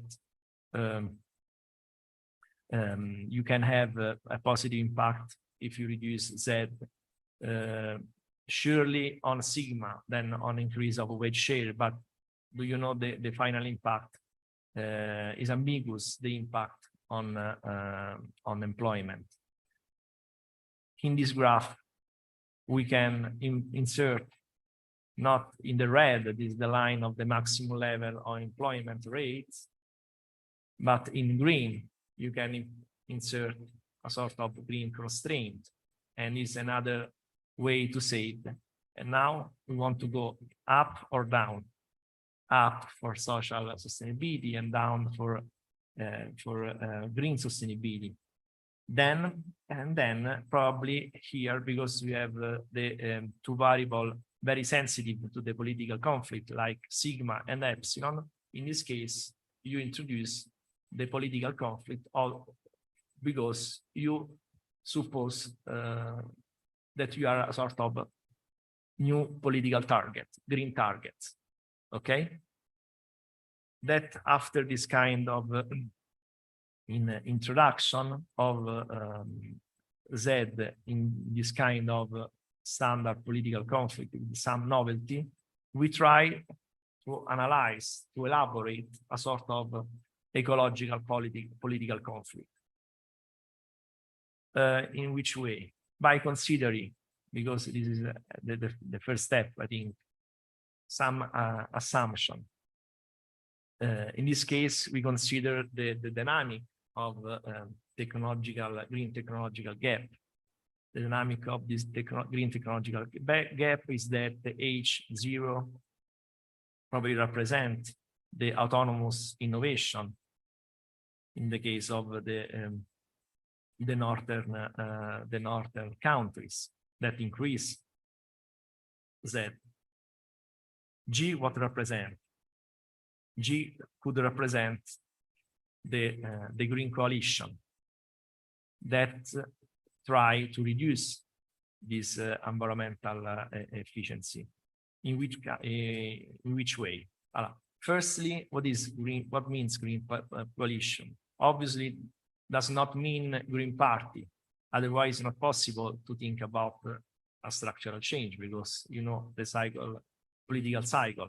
The idea is that green coalition means a measure of a latent variable that can represent some essentials about how institutions consider important ecological transition. For instance, in some cases, some environmental issues in one period are only for left party, but after the period, you change, you want to increase the target, and some other aspect become for all parties. For instance, in Italy, circular economy doesn't not exist a right party against circular economy, okay? And so on, that you can consider green coalition a sort of common value about green that can increase across parties, that across institutions. That is the meaning of green coalition. And HG, what is? Could be the efficiency of green policies. In this case, I want to underline that this kind of HG represent the so-called Porter hypothesis that say instead of environmental economics, where regulation only means cost, in terms of, in this case, Porter hypothesis want to try to present a framework that say that if the regulation is not only standards, but is also an industrial policy in terms of technological transfer, in terms of specific incentives, in the short term, you can have costs, but you can change your business and you can open to other business opportunities integrated with the green targets. This means that Porter hypothesis assume that at the end, a good regulation policy can create innovation and after can create new form of competitiveness. Okay, this is the meaning of HG. And obviously HZ represents the standard technological spillover, in this case, ecological, eco-technological spillover that we said before can be more and more impressive, more and more high than standard technological spillover. Because ecological technology are more complex. Okay, in this case, there are some important, okay. This is the other, the growth rate of political power of green coalition. No, G is the growth rate of green coalitions, and which are the factors that can influence this political dynamic. J0, exogenous factors. About this, we can call also after, but because the time run. The idea is that without an external pressure in terms of international institution is quite impossible. This could be the final result to have to overcome the internal political conflict. Green coalition need for some external pressure, like international cooperation, environmental agreement. Indeed, if you consider the sustainable development goals, one of these is about partnership and international cooperation. Without partnership, it's impossible to achieve all other goals, and in particular way the sustainable goals, sustainable green goals. And JG, what represents? Okay, this could be interesting because Davila Fernandez and Sordi present many articles about the increase in awareness of the need to start the ecological transition. And they said that this also with the environmental empirical evidence that they said that could rise the green technological investment, simulating the green individual attitude and the burning power of green coalitions. That there is a sort of increasing returns in terms of green attitude among population. But this is one part of the story. The other part of the story is that there are political barriers that tend to reduce the pace of the green coalition. And probably the final result is that minus JG, because if we continue to speak about the ecological transition, because there is sort of a political decreasing returns, that are some political barriers that they cannot overcome only with the increase of green attitude of the people. The other element, the other factor is Z. And JZ can represent the ability of the brown coalition to transform its economic power in political power. And in this case, they can reduce the dynamic of green coalition. And the time. Okay. There are some, we consider the results, the solution of this kind of new system and apply this solution in the first model to obtain also in which way Z can influence the epsilon and the sigma. The main result, or one of the main, and obviously in this case you can consider, sorry, like this, no? You have sigma, you have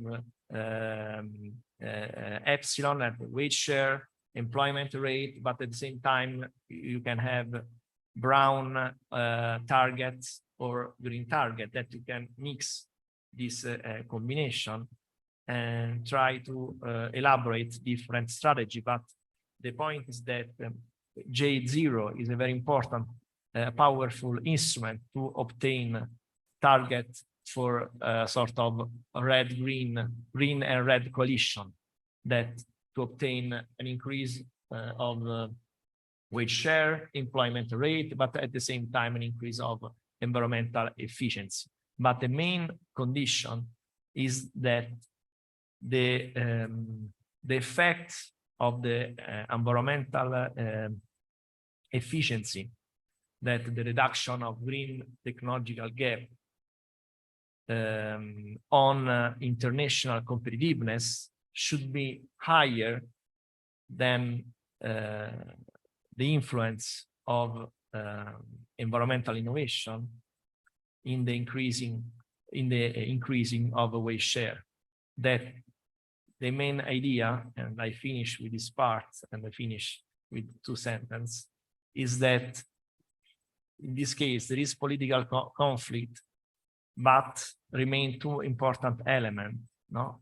A sort of exogenous international cooperation that help green coalition to grow up, and at the same time an international technological cooperation in terms of and trade international cooperation to give the possibility to sell and to to give to the developing country a sort of a new green brand, not of the brand about beans, soybean, for instance. Okay, that also this kind of element are very political element, but probably in this case is could be a good integration between international political interest and national political interest. And here there is there are some empirical tests about the growth rate of green technological gap and the growth rate of the green coalition.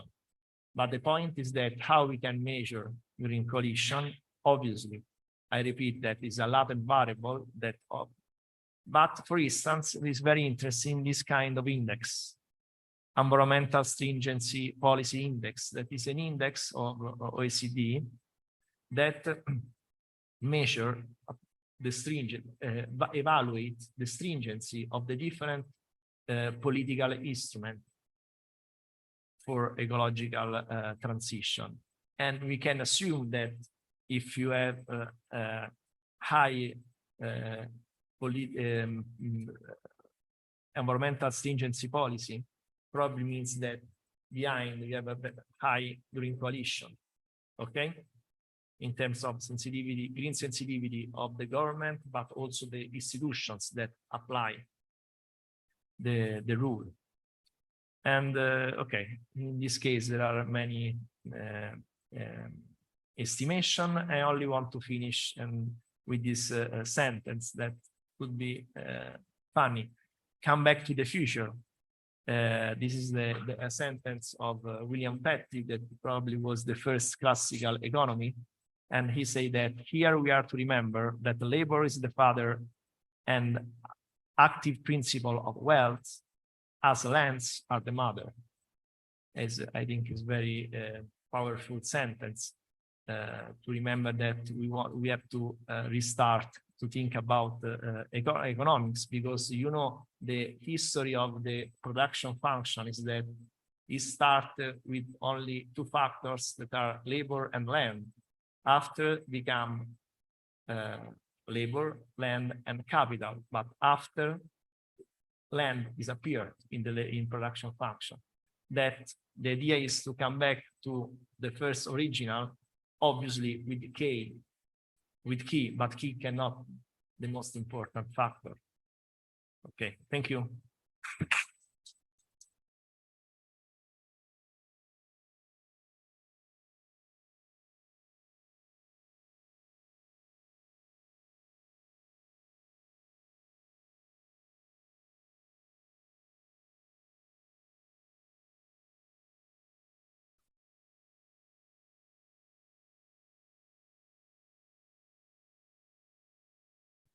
The last sentence.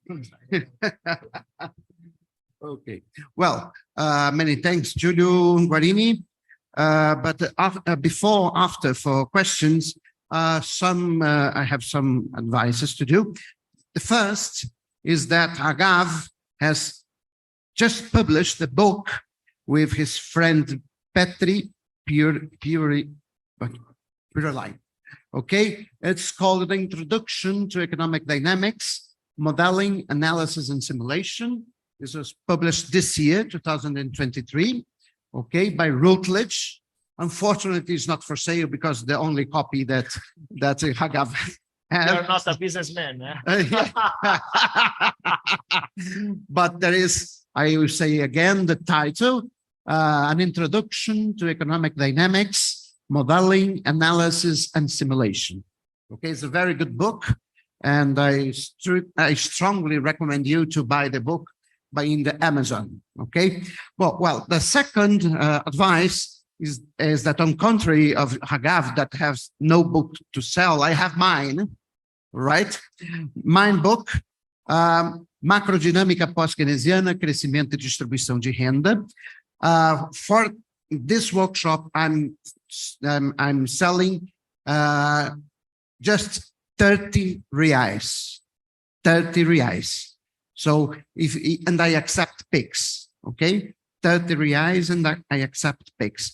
My signature is for free up to now, okay? Well, and another just a comment to Giulio Guarini, that when he spoke my name, José Oreiro, and I reply, no, José Luis. Well, why I want always to be known as José Luis Oreiro, not to José Oreiro? There are two reasons.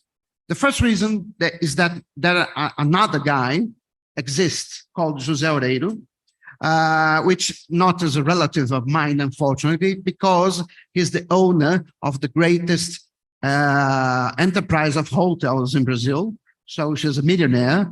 So he had the Windsor hotels. We have 3 in Brasilia, the Windsor hotels, but unfortunately, he's not my relative. So That's the first reason. So not to confuse people. But the second reason is that names has meaning, as you know. José come from Hebrew, what means God will add. And Luis come from German, that means brilliant warrior, you know? So I think that the combination of God will add and a brilliant warrior is just perfect to define my personality. You know? So, Sorry. so yes, do not to make this mistake anymore. Okay, but so I think that we can open for questions. We have time, so please do not be shy. Luis Fernando and Gabriel. Okay. Hello. Funcionando. Just thank you for your presentation. Very interesting. I will do. I would like to hear, not exactly a question, about one point that you mentioned in your paper with José Luis.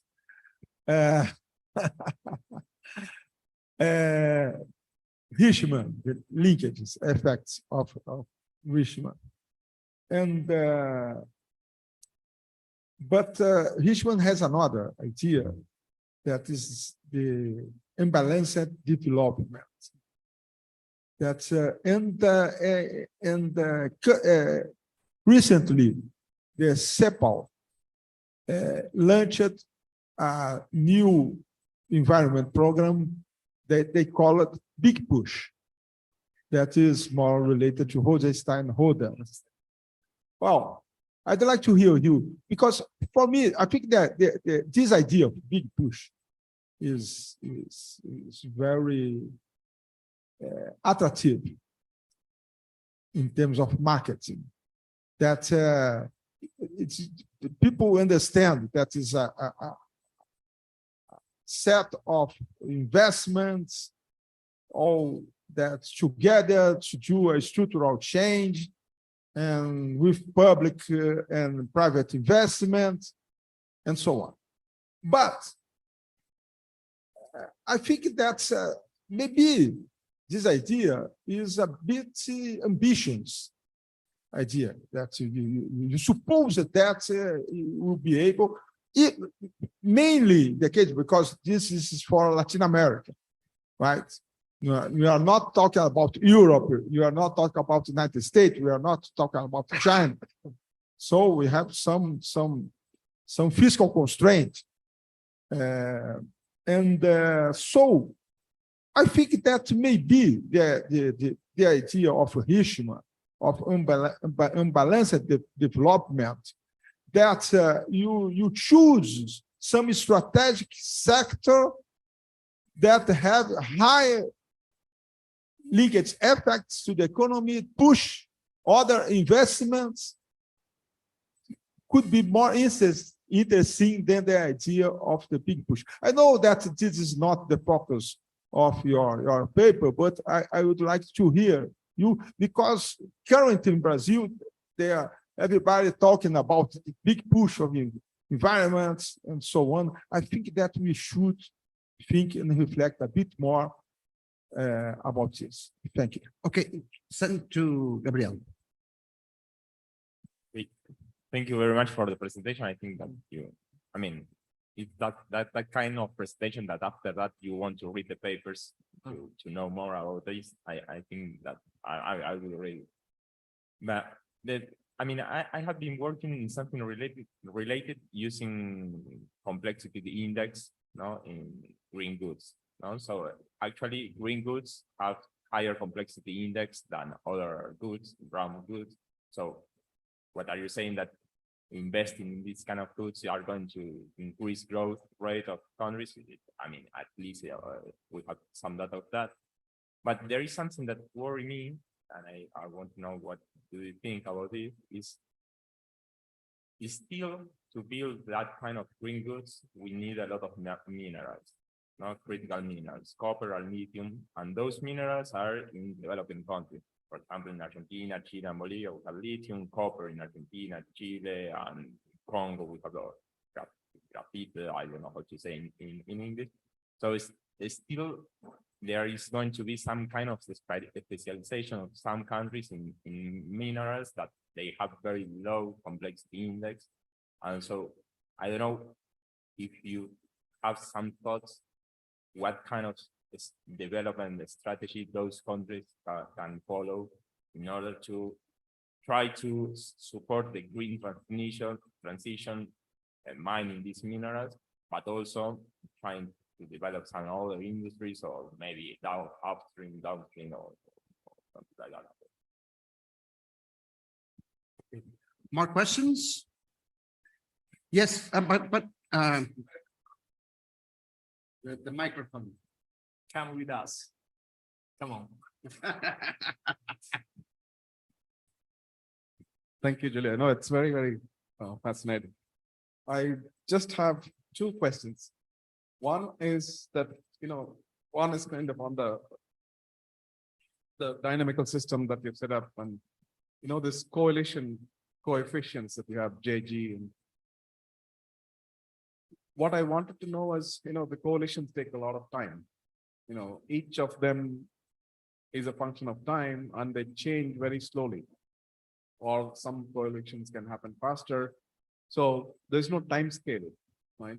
Things change at different time scales in the model, but the model has the same time scale for everything. That's one thing I want to know. What is your thoughts and how would you change it? If you change it, what would? The second thing is, if I play a devil's advocate and say, okay, the strategy of modeling is fine, but think of this, that the green technology it's kind of predatory in terms of employment and inequality.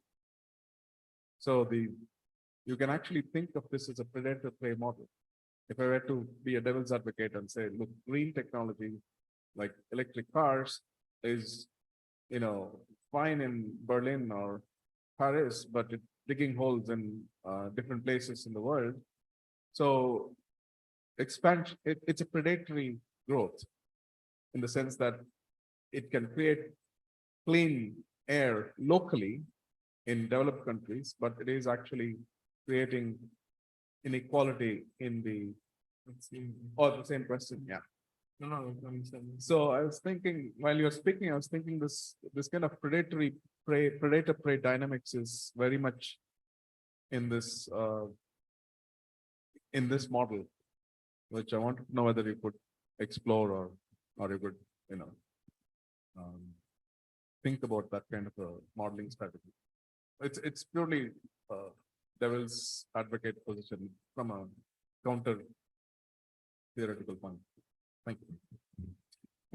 Yes, Filippi, Centro Filippi. I have a simple question. If Brazil adopt green policies and the rest of the world don't adopt green policies, probably the price in Brazil will increase. So we lost competitivity. So I want to model this. I want to create a stock flow model to capture this effect. So do you think that it's possible? And I can use data from IoT tables, input-output tables, to create this model. This data is, I can trust in this data. What do you think about this? Okay, let's this first round of questions. Julio.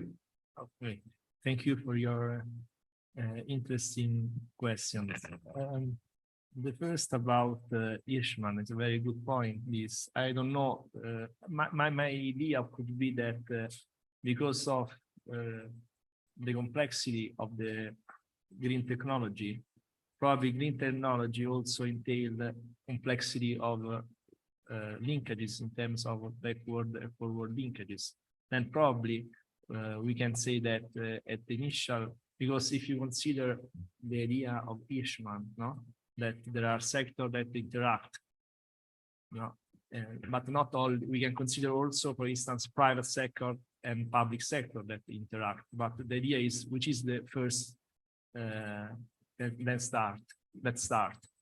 Because we know about interaction, but in this case, it's fundamental have a specific first actor. Then could be, I think, interesting to have a sort of big push to start, and after to try to use big push to show which are potential linkages, green linkages, backward and forward. Is another way to say that in the case of ecological transition, one role for the public institution is to transfer knowledge about the green technologies, because the main point is that entrepreneur that produce bottle is a very expert in bottle, but with nothing to know about which are the sustainability of bottle in terms of plastic. That in this case, I think would be essential, the role of the combination between, for instance, university and enterprises.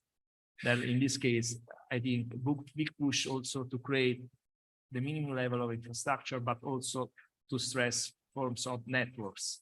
And when this kind of role was effective, then start this kind of networks for green innovation that could be start the linkage, Irishman linkages. But I don't think that, I think this can be the order for me. Integrate, but by big push and after the field for linkages. Otherwise, I think it's too complex to generate green linkages. In another sense, not only for technology, because it's an environment for all kind of aspect, is a sort of combination of positive perspective with normative perspective. It's impossible to divide that. For the first start, the first point should be a big push to indicate the direction, I think. About complexity, I think you have reason about the green complexity, and I want to say it's like no, the increase of green complexity, and also other questions about no, the increase of green complexity in one country can mean a decrease of complexity in other countries. Perfect, right. It's very difficult to manage with this. But I think I only can say that this could be a very interesting research field, but I don't know the answer. But I think there are very room to develop in this sense, not to have always an international perspective to say that this kind of idea works or not. And this, in other terms, is similar to what say the student about no pollution. I think exists many data today about the export and import of pollution, or the share of pollution within export and import, that you can, I think it's very interesting to use a sort of input-output matrix about pollution, and to measure which is the sort of free rider, green free rider at an international level, that we become clean thanks to your West. No, this is the point. And another point is about the international inequality. I think you know the term ecological debt of the North country with respect to the developing country. Probably one road would be to manage with the international public debt by considering some green project. There is a law in 2000 in Italy, because now in 2000 there was the Jubileo, no? Yeah. And then there was a campaign, international campaign, to reduce or cancel or reduce the international debt. In Italy, there was developed this law that say, and I spoke few days ago with a colleague, economist colleague, Gianni Vaggi, that was a very important development economist, that about his project in Kenya to use the bargain about public debt for producing project in green sustainability. That probably, if we consider international equality in terms of ecological debt, we can consider a idea about the management of the international public debt. This could be a channel. And obviously, all of this kind of question concern the idea of that we have to change the international division of labor or green international division of labor on the global value chain. Well, I think we still have times for some more questions. Danielle, and okay, the microphone, please. From Danielle. Thank you, Professor Guarini, for your presentation. It's not a question exactly about the presentation, but during the questions here, we are talking about increasing of a green sector that impacts or increasing of brown sectors in other countries. I can give an example in Brazil, for example, that the agriculture exporter sector can achieve a better quality of production, but our domestic consumption is pretty dirtier than the exports. So considering that dual aspect of green and brown during economic growth or the increasing participation of green sectors, what your opinion about the carbon price framework, like carbon markets or carbon taxes? It's a little controversial because in general, we have just voluntary markets of carbon credits in the world, but with a proper regulation, I think it could have a potential to balance this process of a transition, because if a green sector increases, but it demands some materials of brown sectors, but the increase of brown sectors, their emissions, for example, will need to be compensated because the carbon price. So what's your opinion about this process and the role of the carbon pricing methods? Thank you. To him.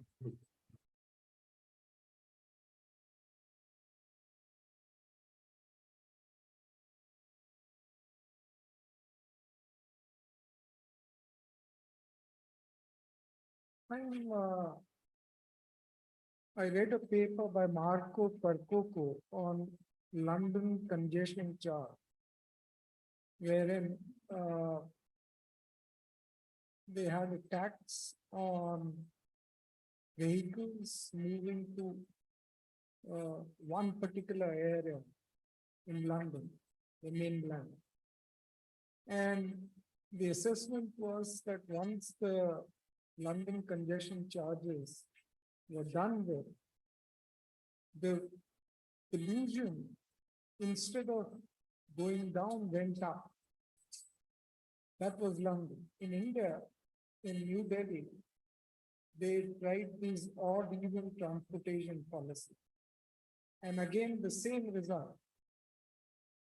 The pollution, once it was introduced at the same time, went up. So then the policymakers were trying to answer what's the reason that a certain set of vehicles, they are at home, but still the pollution is going on. So what our study has shown that what this congestion charges and this odd even transportation policy does is that it just reduces the peak level of the pollution.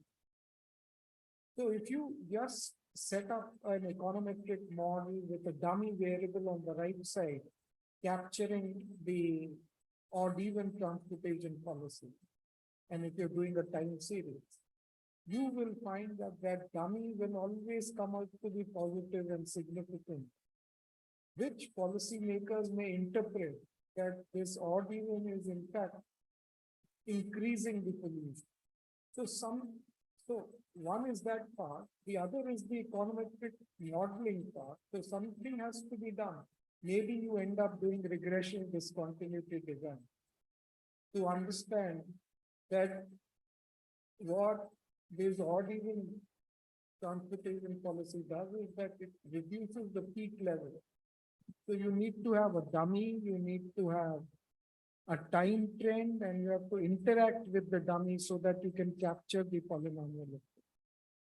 So larger question is that we need a new urbanization policy. You also talked in one of the slides, you alluded to wastage disposal. That's a big issue in New Delhi. In fact, around New Delhi, there have been mountains of trash. And so wastage disposal is one. And then something related to the first question, that do we need satellite towns to come around these big cities to cater to the pollution problem, congestion problem? So these are broad issues wherein we need some debate and discussion. And whether at the end, whether it is Rosentine, Rodin, or say Hirschman, wherein Hirschman was talking about, if you do, we did district level work, and we found that unlike the neighbors, if the neighbors, the theory says if the neighbors do well, then your particular region does well. In India, if you do district level work, if your neighbors aren't doing well, then you do well. Because as Hirschman had said, that you get the factors of production from there, and then the entire process goes on. So you need a larger debate on these, and then a broader question on carbon taxation. In our GTAP simulations, we have done it, and carbon taxations, we have found 1,000 simulations we have done that it doesn't, it just reduces consumption and income by a very few percentage points. So carbon taxation and trade liberalization is the way forward. So I've tried to put in so many points, but just wanted to share the issue of environmental sustainability with economic growth. Thank you. Any more questions? No? So, Giulio. Yes, I think the last is not a question, but is a comment that thank you so much for sharing your comment. I think there are many dummies, local dummies that we have to consider. But okay, environmental sustainability could be also change at international, national, and local level. In general, the point is that we must to have a very holistic approach.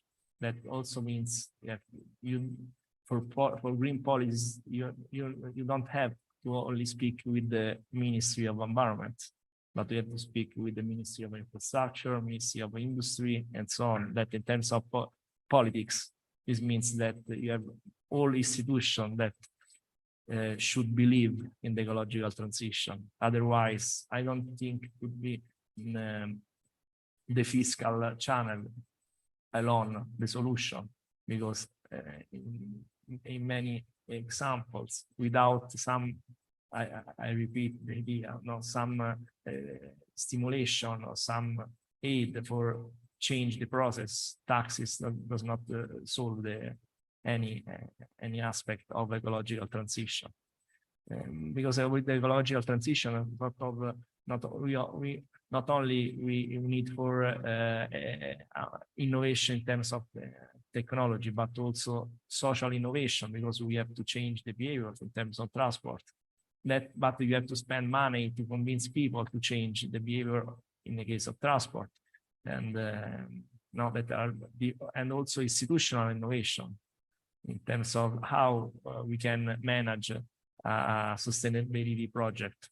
Only with the Ministry of Environment, no, that we have to consider new procedure to set a plan, because we speak about a plan de facto, that we reintroduce the idea of some forms of public plan. And about, because also in the case, the market of capital, the idea, yes, but also in this case, the idea is that you can exchange the level of pollution, but the idea is,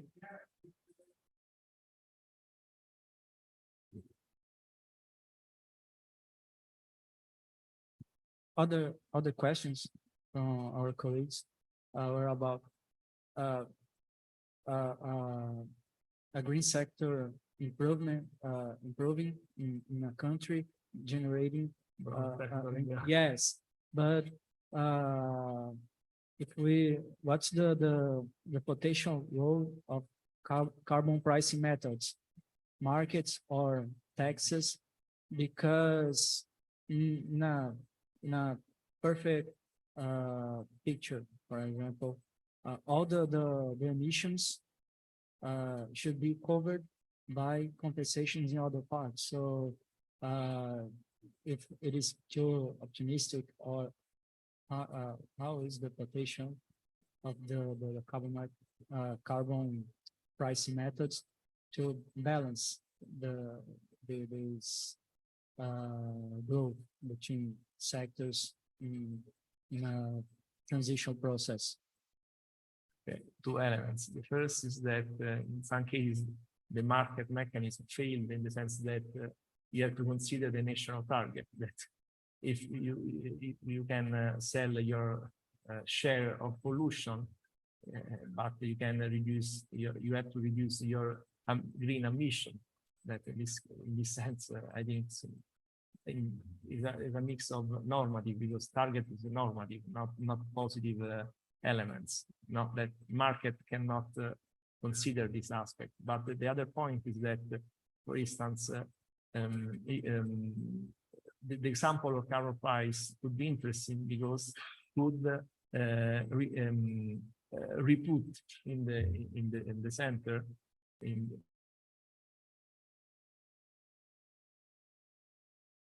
for technological relative prices can stimulate productivity.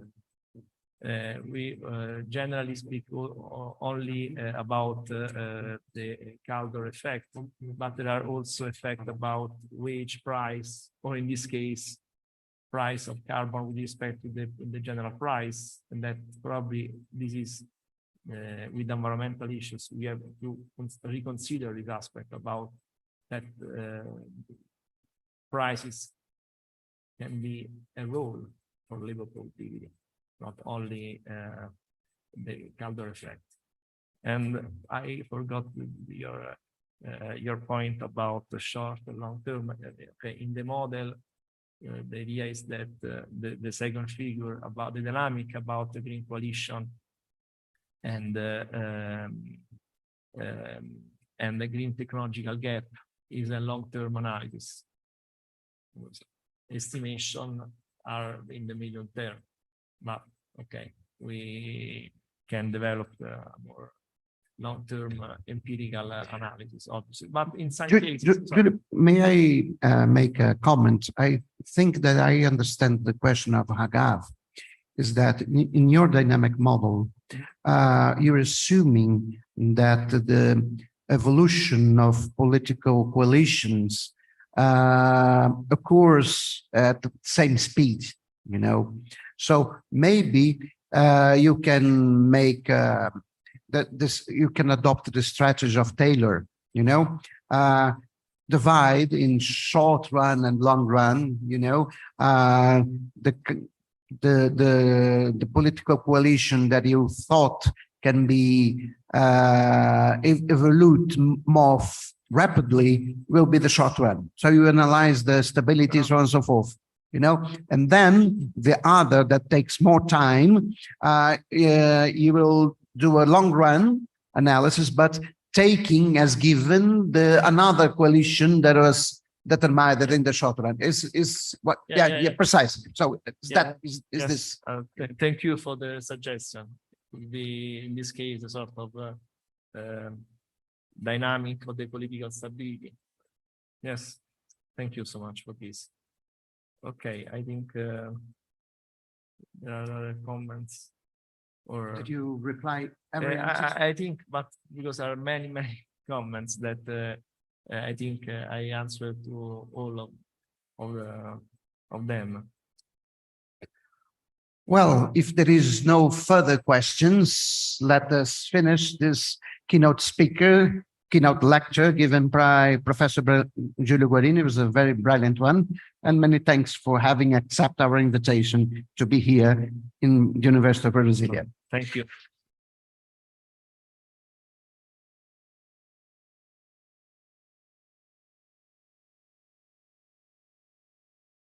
Se alguém quiser comprar o livro, dá R$30.